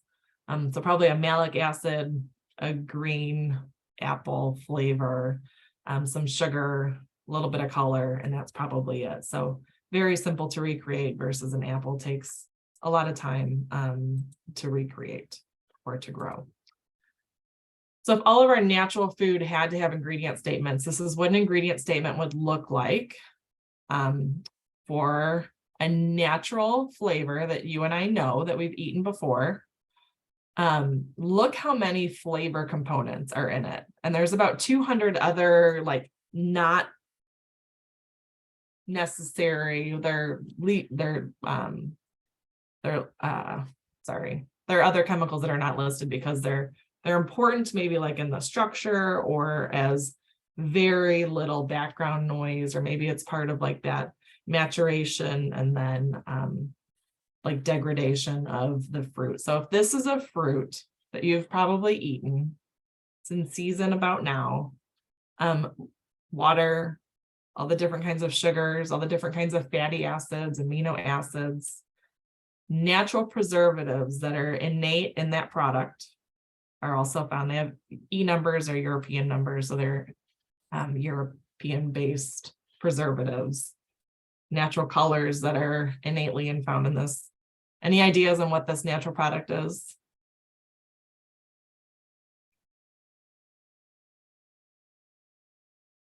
No idea, do you? It's a strawberry. It would be a label. If a strawberry had to have a chemical breakdown food label of every chemical that's found present in it, there would be over 200 ingredients listed on that ingredient statement. And look how complex something so beautiful and so natural is, and how many chemicals are kind of leading to the specific flavor. So all of these different ingredients, we can actually take a strawberry, and if you think about it as like a puzzle, let's call this a 250 piece puzzle. You can actually take the strawberry and break it into each puzzle, and each of these single ingredients is one puzzle piece. So the fructose is one piece, the glucose is one piece, the sucrose, the fiber are all one individual piece, and all of them put together create a strawberry. But we can also recreate a strawberry by taking maybe the first and second really important flavor component that are prevalent. Probably the red color, because that's really important for giving our brain some cues. Probably an acid, because it's a fruit that has kind of that sweet and tart. Probably a sugar. So there's like 5, 6, 7 chemical components that are really important in saying, hey, I'm a strawberry, and then maybe a couple others. So I can make a strawberry flavor with maybe 10 ingredients. I don't need all 200 because they're not all 100% necessary for a flavor. They are necessary for the fruit themselves.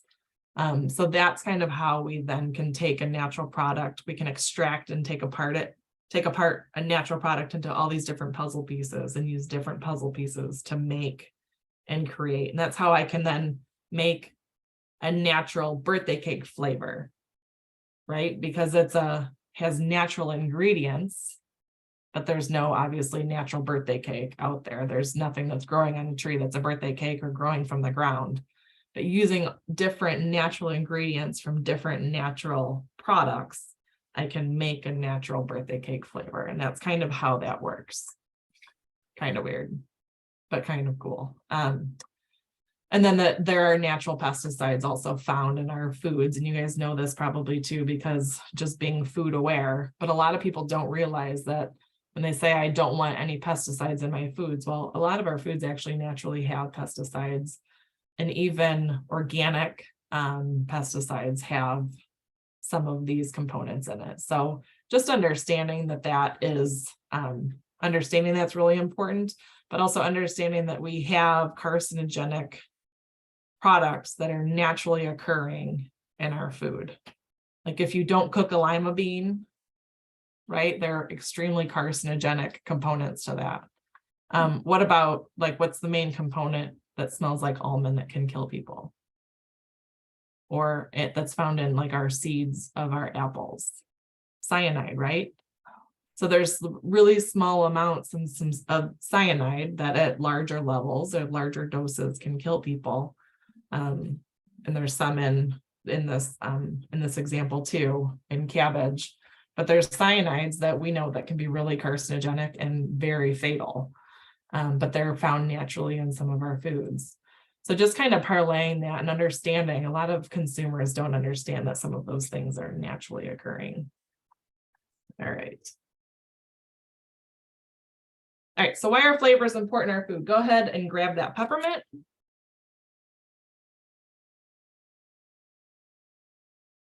And I don't really want to get out of the screen, but I do so I can see you.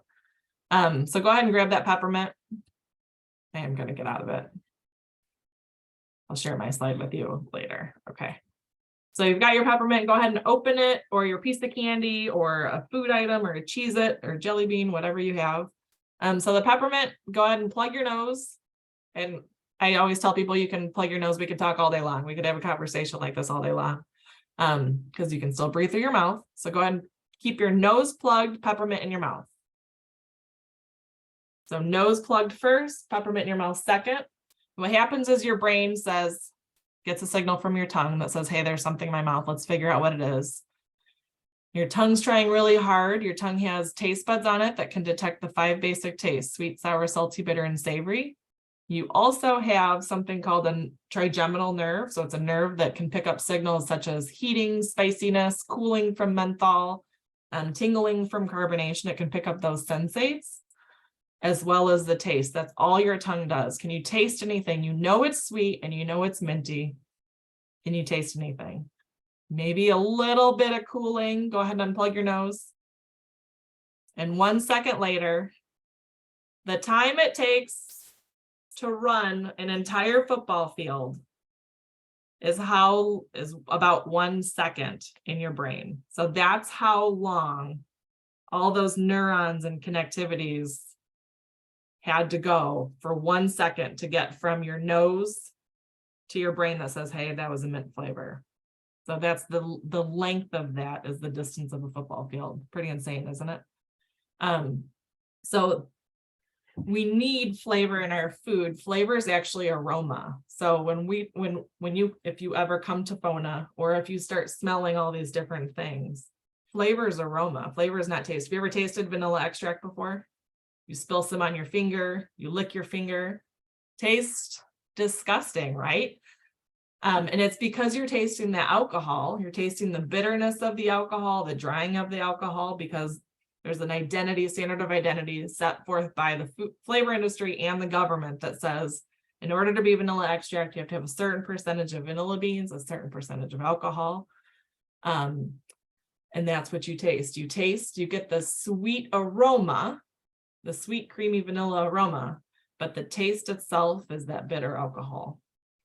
So taste and smell are 2 completely different components that work very nicely together when we're eating our food, or like that onion and apple example, can also play tricks on us. Okay, so we're gonna go ahead and while I have us unmuted. So we've got like our taste buds, right? We've got all of that stuff going on. We're gonna go ahead and make a flavor just because we're I don't have my slides up yet. So let's grab our imitation vanilla, banana, orange extract, and our cloves that are hydrating in our water. So I always use McCormick stuff because I'm a McCormick girl, but I couldn't find banana extracts. So Watkins, there's a lot of different companies that make these extracts. You can use Walmart brand if that works better for you. It does not matter. It's just all about the aroma at this point and showing your students. So you can use Q-tips, you can use cotton balls, you can use pieces of paper, you can use whatever you want and whatever way you can deliver the aroma of what we're smelling to your students. We've done a lot of different things. Sometimes I put them in, I don't have one next to me, but a solo cup with the lid. A solo cup with the lid, and I'll have like 4 of them at the table so the students can start smelling them as they come into the classroom. And if you had your students do that, like let's say you have 7 tables in your classroom, you set up some of these in the middle of the table, just get the kids talking and engaging and smelling and ask them to try to figure out as a team what they're smelling, right? Or what they're engaging with, just to get those senses going and those smells going.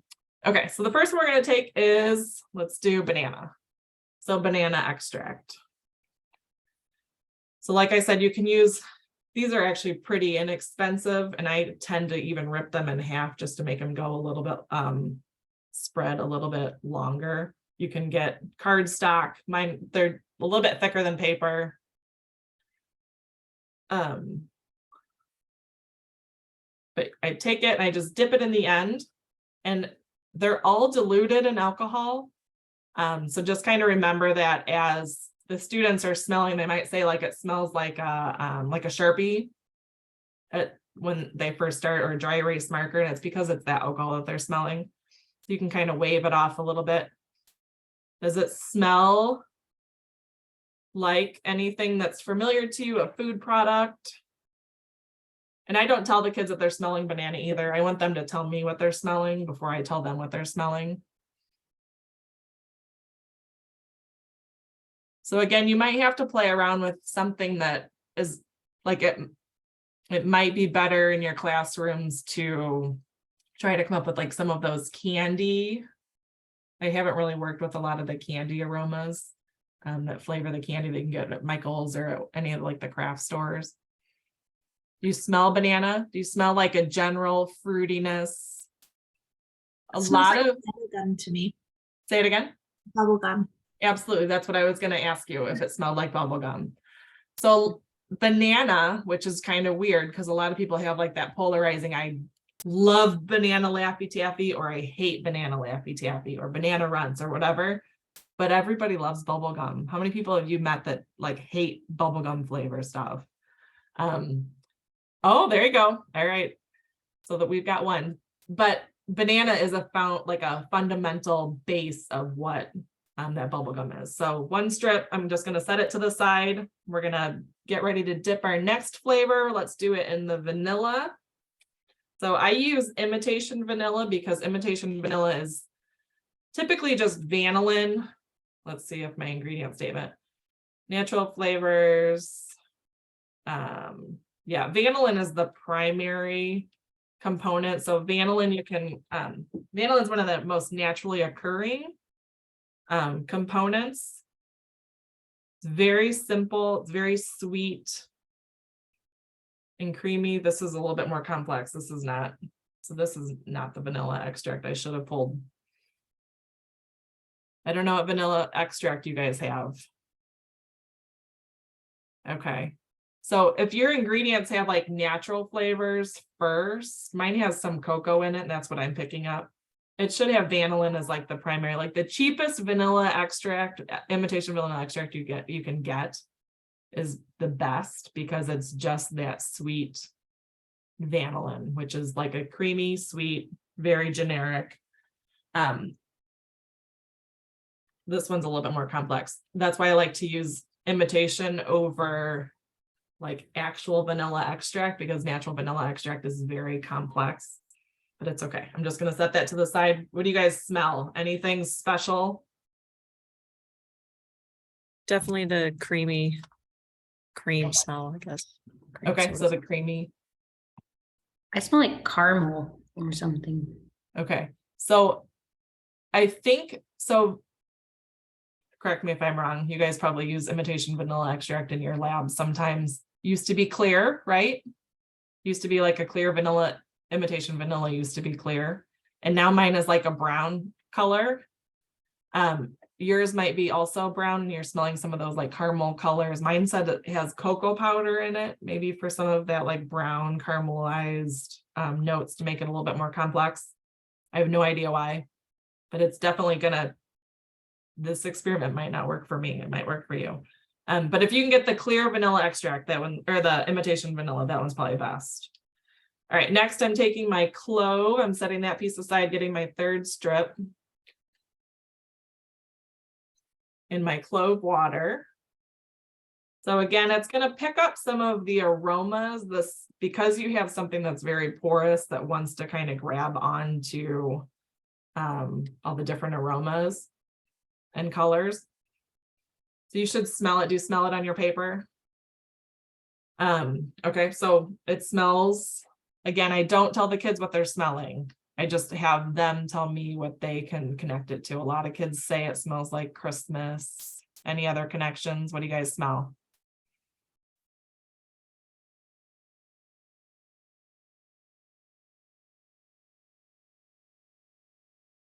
Woody, I'm gonna walk you. Woodiness, right? Spice. A lot of kids say like cinnamon. So clove, in clove, we have an ingredient, just like a puzzle piece. I can pull one ingredient out and it's called eugenol. So a lot of kids might smell this. It's very eugenol heavy. There's a lot of eugenol in this product, but there's also natural vanillin in cloves. So we're actually getting both because we're smelling clove and not eugenol straight. But some kids might smell this and think dentist office. Does anybody smell like dentist office or doctor's office? Yeah. So any idea why? Except for like that old wives' tale that we may have heard, like you chew on cloves if you have a toothache, if you've ever heard that. No. So eugenol is used in dentistry. They can buy eugenol straight. Eugenol is the component that smells like dentist office. And it's an antiseptic and an anesthetic. So it can actually numb and clean the area. So that's why we're getting, maybe if you have a student that says that, or you can kind of walk them to that direction to say that, but it's an anesthetic and an antiseptic. It can clean and numb the spot. So typically if you're going to get like Novocaine, they'll, or get some very light dental work done, they'll rub this on your gum just to numb it, clean it, and then get some dental work done. So third strip is to the side. And I'm going to get my orange extract, which is my last. Anytime I can smell citrus, anything, I love it. So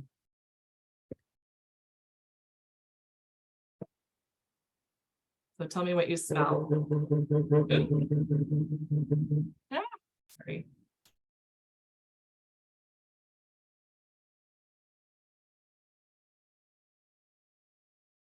Besides the alcohol that it's diluted in,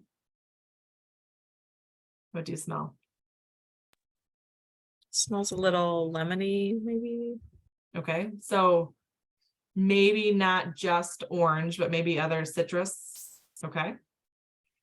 So with citrus, whether it's lime, orange, grapefruit, lemon, they all, when we talk about these puzzle pieces, they all share a lot of these very bright, vibrant citrus aromas. They're all very similar. So limonene is something that is in all of those. And that's something that we smell.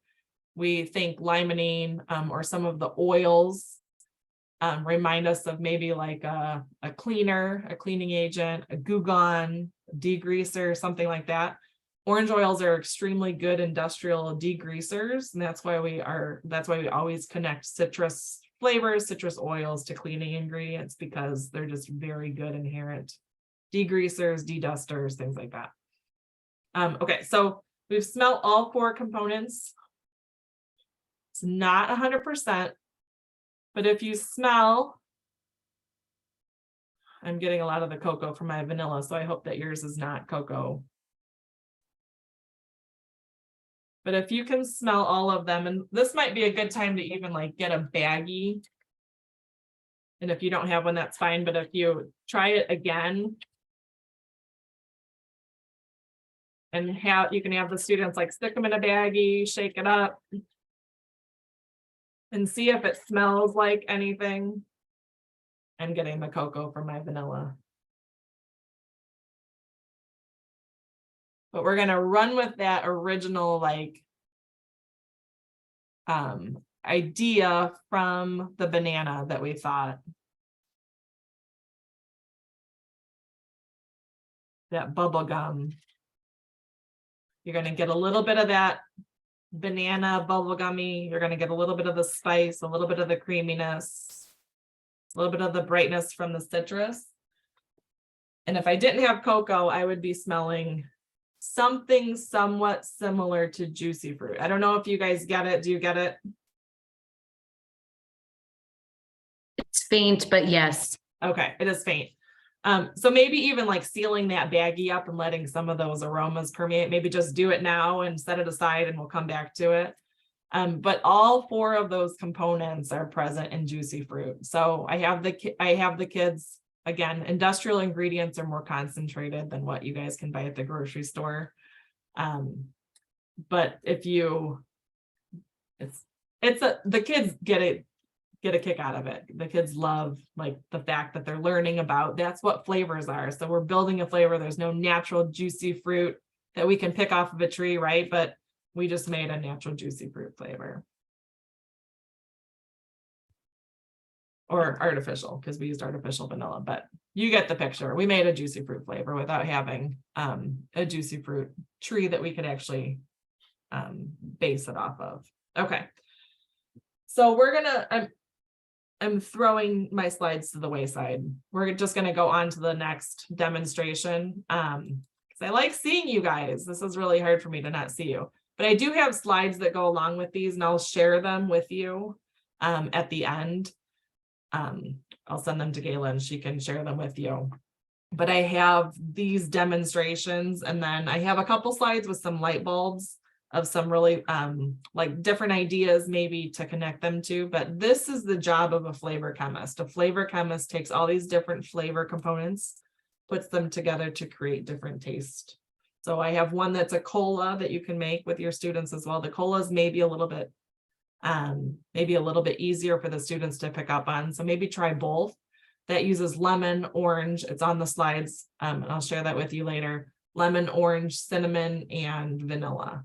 So those 4 components to make cola. So you can even get like some bubbly LaCroix, get some sugar, and have the kids make like a little sugar slurry. Flavor their own cola, make their own cola flavor as a lab, and then add some like bubbly LaCroix to dilute it to make it to the right sugar concentration. And that's really fun lab too that the students can do. I worked with a chemistry teacher. That's one of the labs he does with his students. And then introducing the career of sensory science. We talked about the onion apple thing. But having students even taste like a branded and an unbranded product. So maybe a store brand versus a national brand. So maybe a Lay's potato chip and a Target brand or a Walmart brand, and have them compare them blindly. So you have 2 bowls. Nobody has any idea. Ask them which one. I mean, from a consumer perspective, I don't know if you guys do something like that, but showing them that we are very persuaded by these national brands, and sometimes the national brands or a different company makes both. So they can have like another supplier that's making, right? One line has the Walmart brand and one line has the Lay's brand coming off of it. Not saying that that's for Lay's, but in general, that's a pretty common thing that happens in the industry. Okay. So the next thing we're going to do, let's get our chocolate milk going. So I have 2 glasses and I have my Hershey syrup. I have 1 cup, measuring cup Obviously, if you're doing this with your students, you're not going to give them a cup of chocolate milk each. Whipping cream is really fattening. Nobody wants to drink that much fat in a whipping cream. It is delicious to taste, but it's not delicious to drink a whole cup of it. All right. So what I'm doing is I'm just measuring out 1 cup of skim milk. I'm making it just as the back of the Hershey's syrup label says. So it says 1 tablespoon of syrup to 1 cup of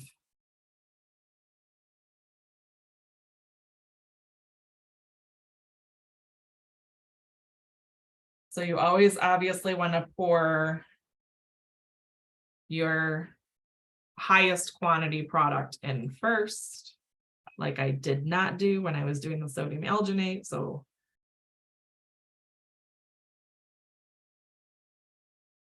pouring my whipping cream into and my 2nd cup. And I should have brought bigger cups up. All right, so go ahead and make it. So add that Hershey syrup.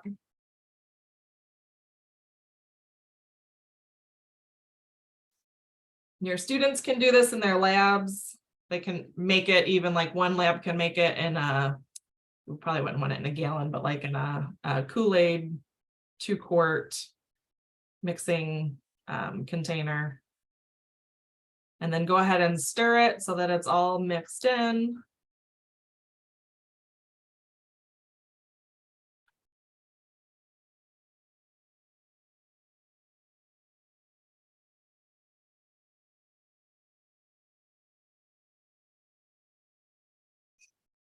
If I do it for a large quantity of kids, I might just do it in a gallon, just get those big gallon containers and just pre-make it. It's sometimes just a lot easier. So mixing in make sure you're scraping all that chocolate off the bottom, mixing it in.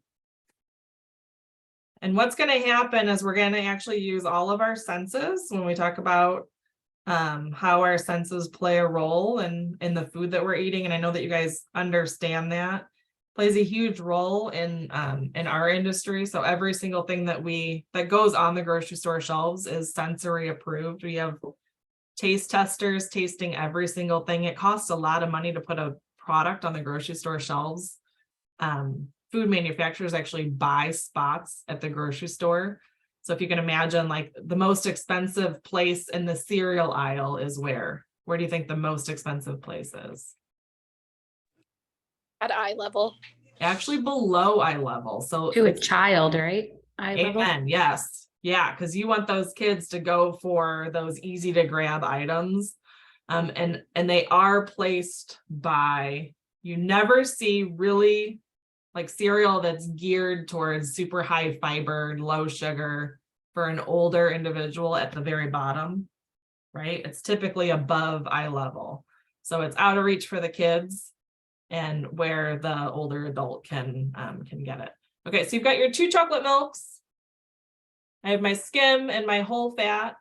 And this whole demonstration is to show you why fat is necessary in our food and what impact it has on our taste. So all of these taste, sweet, sour, salty, bitter, and savory. We all have different ingredients and how those can affect how flavor is perceived and how our food is ultimately perceived. So I want you to go ahead and we're going to start with visual. Which one looks like chocolate milk? Skim or go ahead, Ivy. Skim. Skim. I was gonna say so- skim. Yep. Looks chocolatey, right? You can stay unmuted for this. Which one, go ahead and smell it. Which one smells more chocolatey? They have the same amount of chocolate in them, right?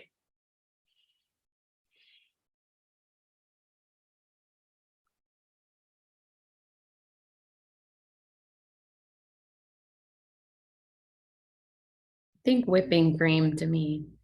You think the whipping cream smells chocolatey? So make sure that, like, right now for me, they're separated.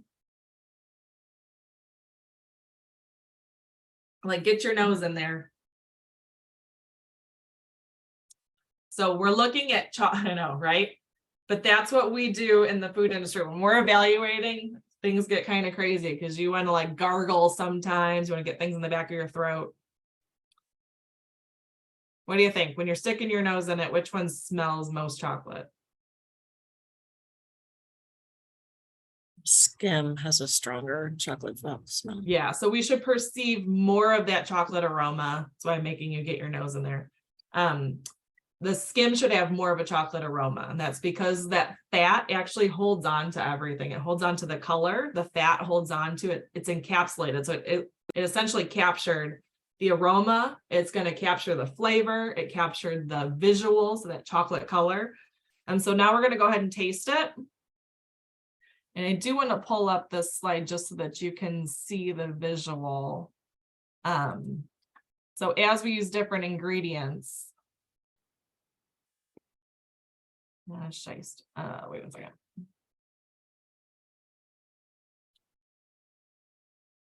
So you're tasting the skim milk. What does it taste like? Like we're gonna talk about like intensity of flavor, intensity of sweetness, intensity of, is it like super intense at the beginning? Is it muted? What do you taste? Super intense chocolate flavor. Super intense chocolate flavor. Okay, so what about the sweetness? Really sweet, not sweet enough, super sweet, perfect sweetness. Not super sweet, almost like an edge of bitterness to it. Oh, okay. A little bit of bitter. And then how quickly does that flavor hang out? Like it's hanging out on your tongue for a long time, or like you drink it and it's gone?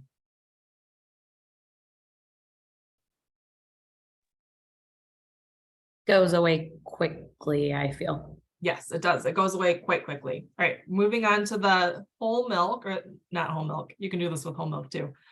Moving on to the full fat whipping cream. And I have the kids calculate, so I want you to taste it. I want you to think about all those things like the sweetness, the flavor intensity, how long that flavor is hanging out on your tongue. But I have the kids calculate how much fat, comparing the skim milk to the whipping cream. We know that there's 16 tablespoons in a cup, and this is 5 grams of fat per tablespoon. So 5 times 16. This has 80 grams of fat in this 1 cup of whipping cream. This is why we would not make this for our students. But a taste of it's pretty delicious. So sweetness, less sweet or more sweet than the skim milk? I'd say it's less, like this sweetness is less strong, I guess. Yes, I mean, it still tastes sweet, but it doesn't is hit sweet you as because hard. there's those natural sugars, right? But the sweetness intensity that's coming off from the chocolate is less intense, but you're picking up maybe more of those milky sweet notes. Agree. What about the flavor intensity, that chocolate?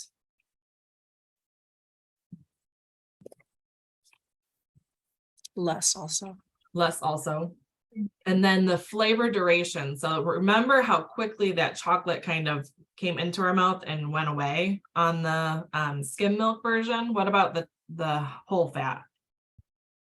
Sticks to your mouth. Hangs out on your tongue, and it's like a party on your tongue for a couple minutes, isn't it? Like it's still releasing some of that flavor. So what happens when we talk about encapsulated flavors, can you actually see me still? Mhm. Okay, so I don't know if you can see this, but this is an encapsulated flavor. It looks like a flavor bead. So that's exactly what's happening, is like that fat's hanging on to and grabbing onto that flavor. So as a technology, we can actually make an encapsulated flavor, and it can have different personalities. So this is an example in icebreakers mints.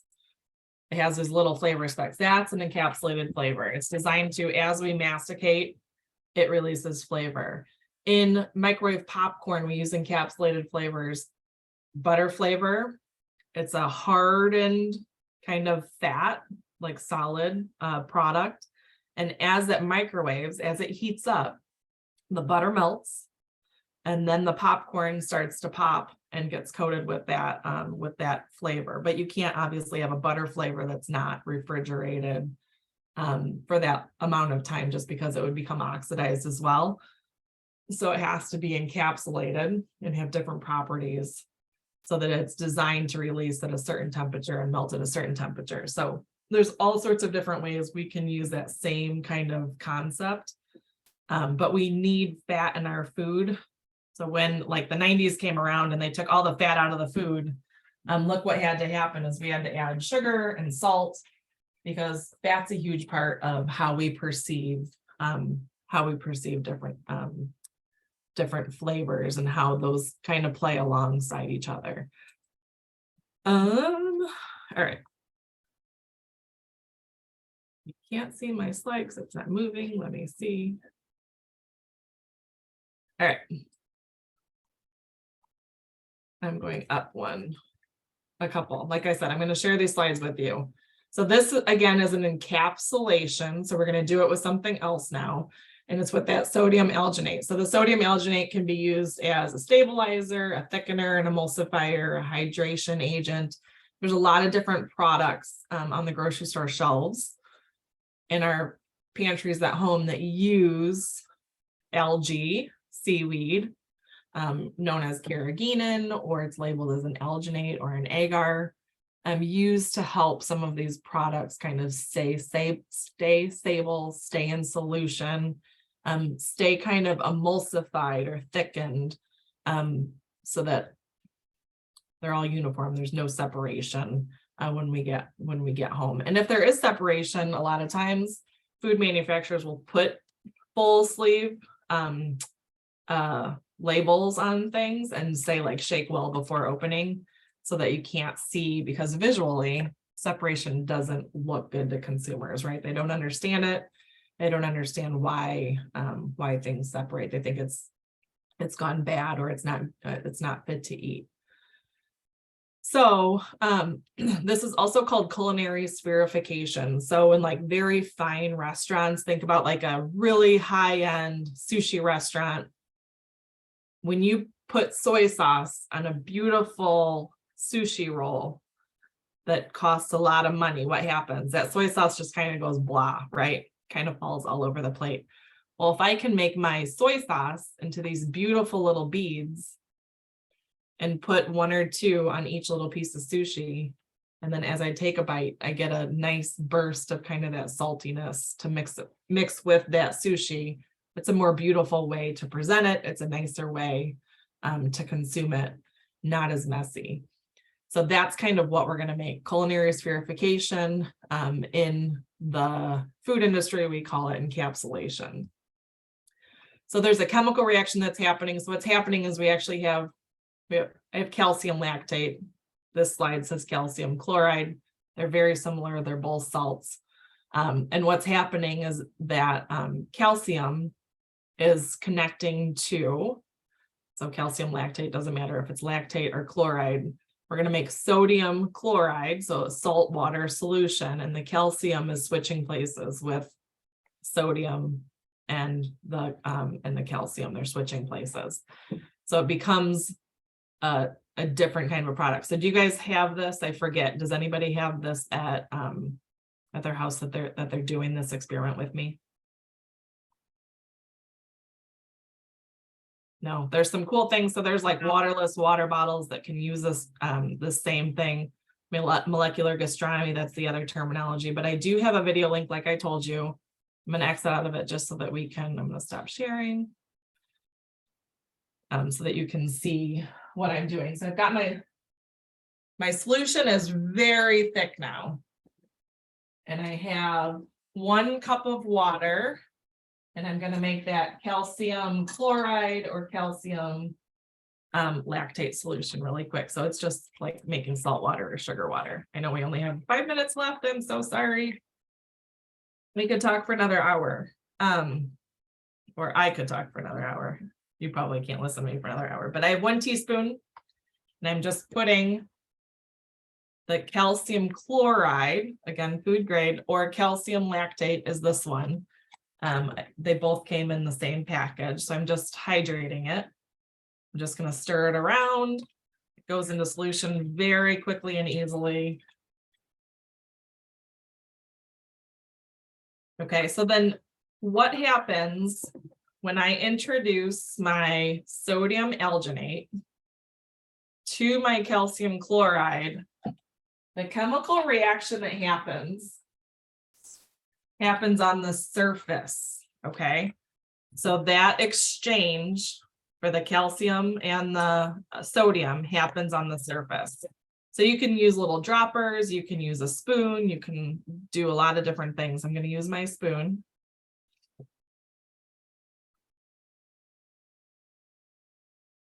All right. And I'm just introducing the blue, so the sodium alginate, to the calcium chloride or the calcium lactate. So I think you can kind of see, you see, wait 1 second, let me get my white spoon. Actually, I'm just gonna pick it up with my hand. It's like picking an eggshell out of a. Okay, so you can see this, it's like a little like flavor bead. So when we even talk about like waterless water bottles, you can kind of get a picture in your head. You can, as you're hydrating this, I used water. You can use apple juice, you can use Kool-Aid, you can use whatever you want. If you want to make, you can use soy sauce, you can, as your water solution, you're still using the alginate, but as what you're diluting it with can change, and that can change the flavor of it. You can add flavor. So it's this little ball bead thing. And if I squish it, that stuff pops out. It's like a Gushers, kind of like similar mentality, like you guys know what the Gushers are, like the fruit chew kids candy thing. But what's super fun is if it's flavored and it's colored and the kids can play with it, that chemical change happens. If you can make it something that the kids can eat and can taste. So I'm just going to get a spoonful and I'm going to try to get a really steady stream. It's not working super well, but you'll get the picture. So you can make really long, like worms. This one's a shorter worm. You can make really long worms.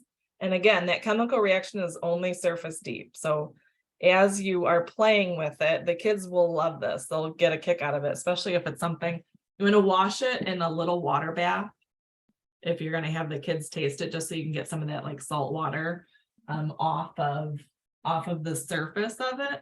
But the kids can taste it. If you're going to make something, you can think about like if you want to elevate a product, if you want to just change like the taste perception of something. Visually, it looks really cool. So you can do a lot of different things with this experiment. It's a chemistry experiment. You can talk to your chemistry teacher if they've ever done something like this, what ideas they have. Maybe you guys can parlay and experiment together how they would use it and how you can use it. But a lot of the seaweeds are really cool because they've got a lot of really neat properties that we can use in the food industry. You can see how gelatinous. Where is my camera? You can see just how thick and gelatinous it is. So it really is a very good stabilizer, thickener for ice creams, salad dressings in the food industry. Careers are really big. So I have a sheet that I'll share with you at the end.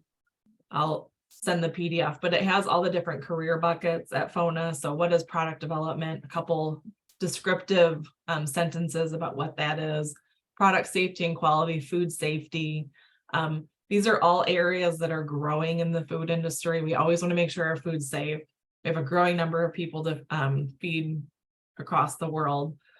So that product development piece is really important, understanding how we can get convenient foods to taste more healthy, to be less allergenic and allergy focused. Gluten-free, peanut-free, all of those things, but still have good protein sources and things like that. So careers really are super important.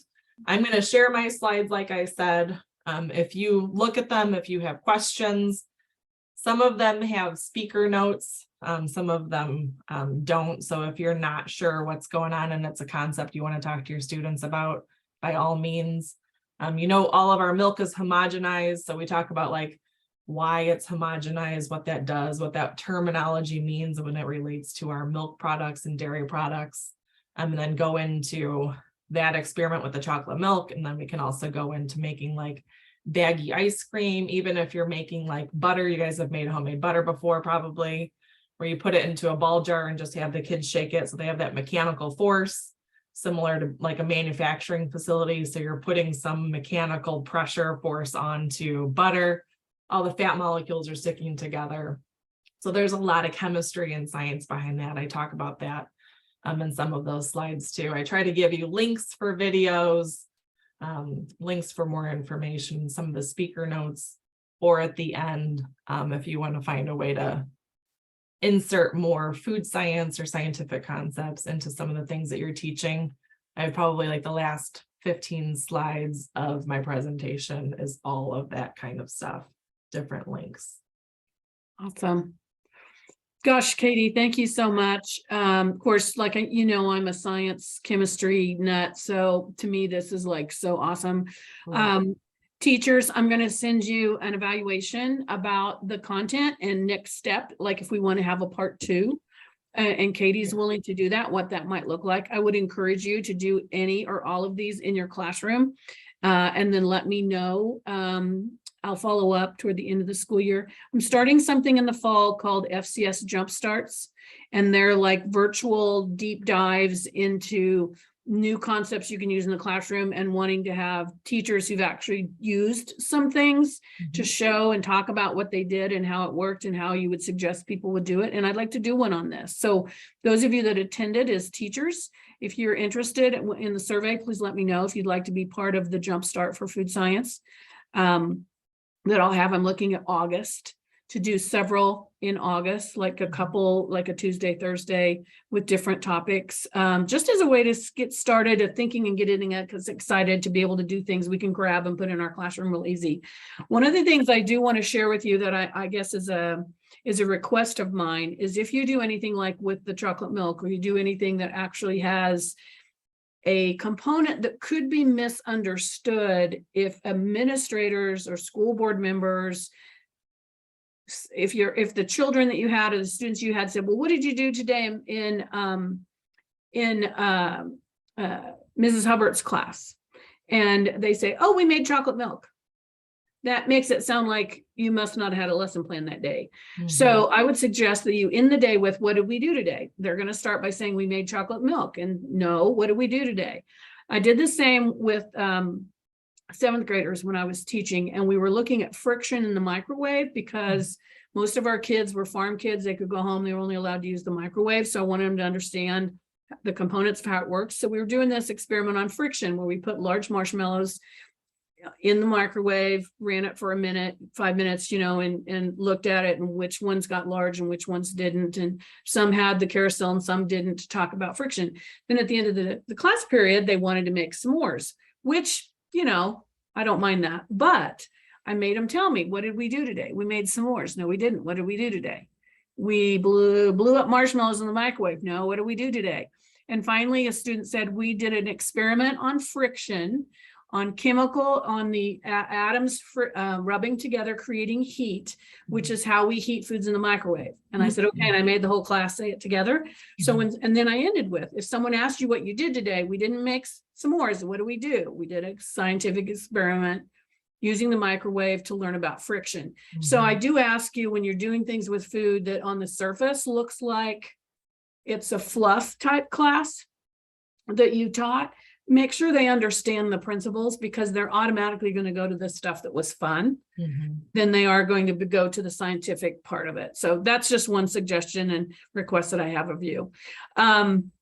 Thank you. If you make s'mores, you can also parlay in stoichiometry, which is like a measurement of like parts per part. So 1 part chocolate, 1 part graham crackers. There's another scientific concept that you could easily There's so many. So again, talk to your chemistry teachers and your biology teachers. How can you reinforce some of those things that they're teaching?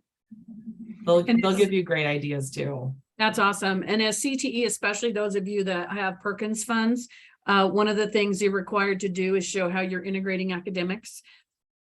This is integrating academics. You're integrating science understanding and scientific principles and those types of things. Anyway, thank you so much, Can I Katie. take a Thank you. selfie? Sure. Everybody All right. smile. Thank you. Thank you, Katie. Sure appreciate it. Thank you, All right, good everybody luck. else. Thank Reach out to you. me. Reach Thank out you to me very with much. questions. I'm here to answer. I would love to help you be able to incorporate these easily into your classroom. And I will send these directly to you all that are watching live, her slides and things as soon as I receive it. And I'll send the link to the survey at the same time. Have a great day. Have fun with this. All right. I'm excited to learn what you guys do with it. Take care. All right, thank you. Bye-bye. Bye.